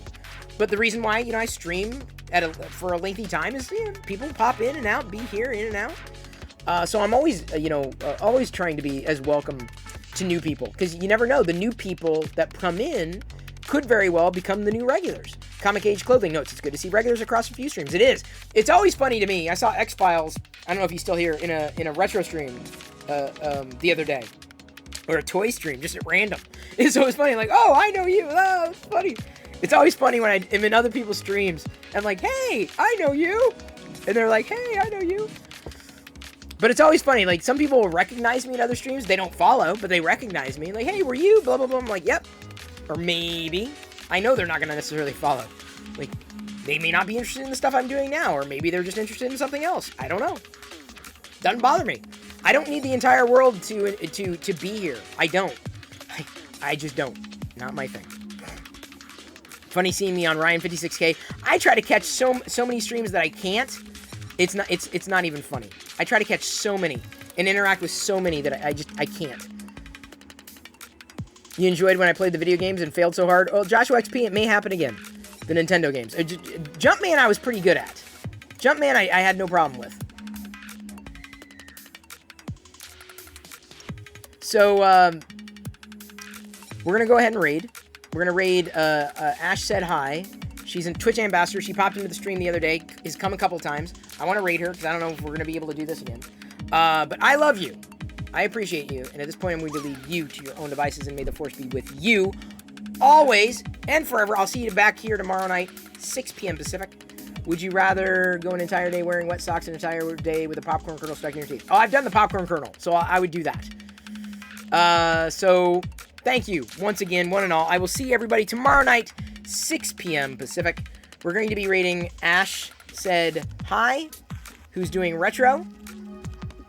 Huge fan of retro. Probably a C64 fan as well. I wouldn't surprise me, although I think most of what she's been doing is console stuff. Alright, here we go.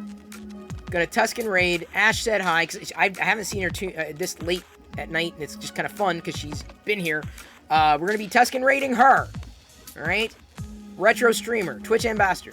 Be kind, be nice. Throw in those, just splash those Tuscan Raider. If you're a sub, it's Perillo Raider. If you're a sub, you type in Perillo Raider in a chat, and that emote pops up. Okay, so use the Perillo Raider emote when we just flood her chat. We're just gonna Tuscan Raider, just Tuscan, because she knows Star Wars. She's got a C-3PO figure, and she knows Star Wars. So here we go, Tuscan raiding in 3, 2, 1. See you tomorrow at 6 p.m. Pacific.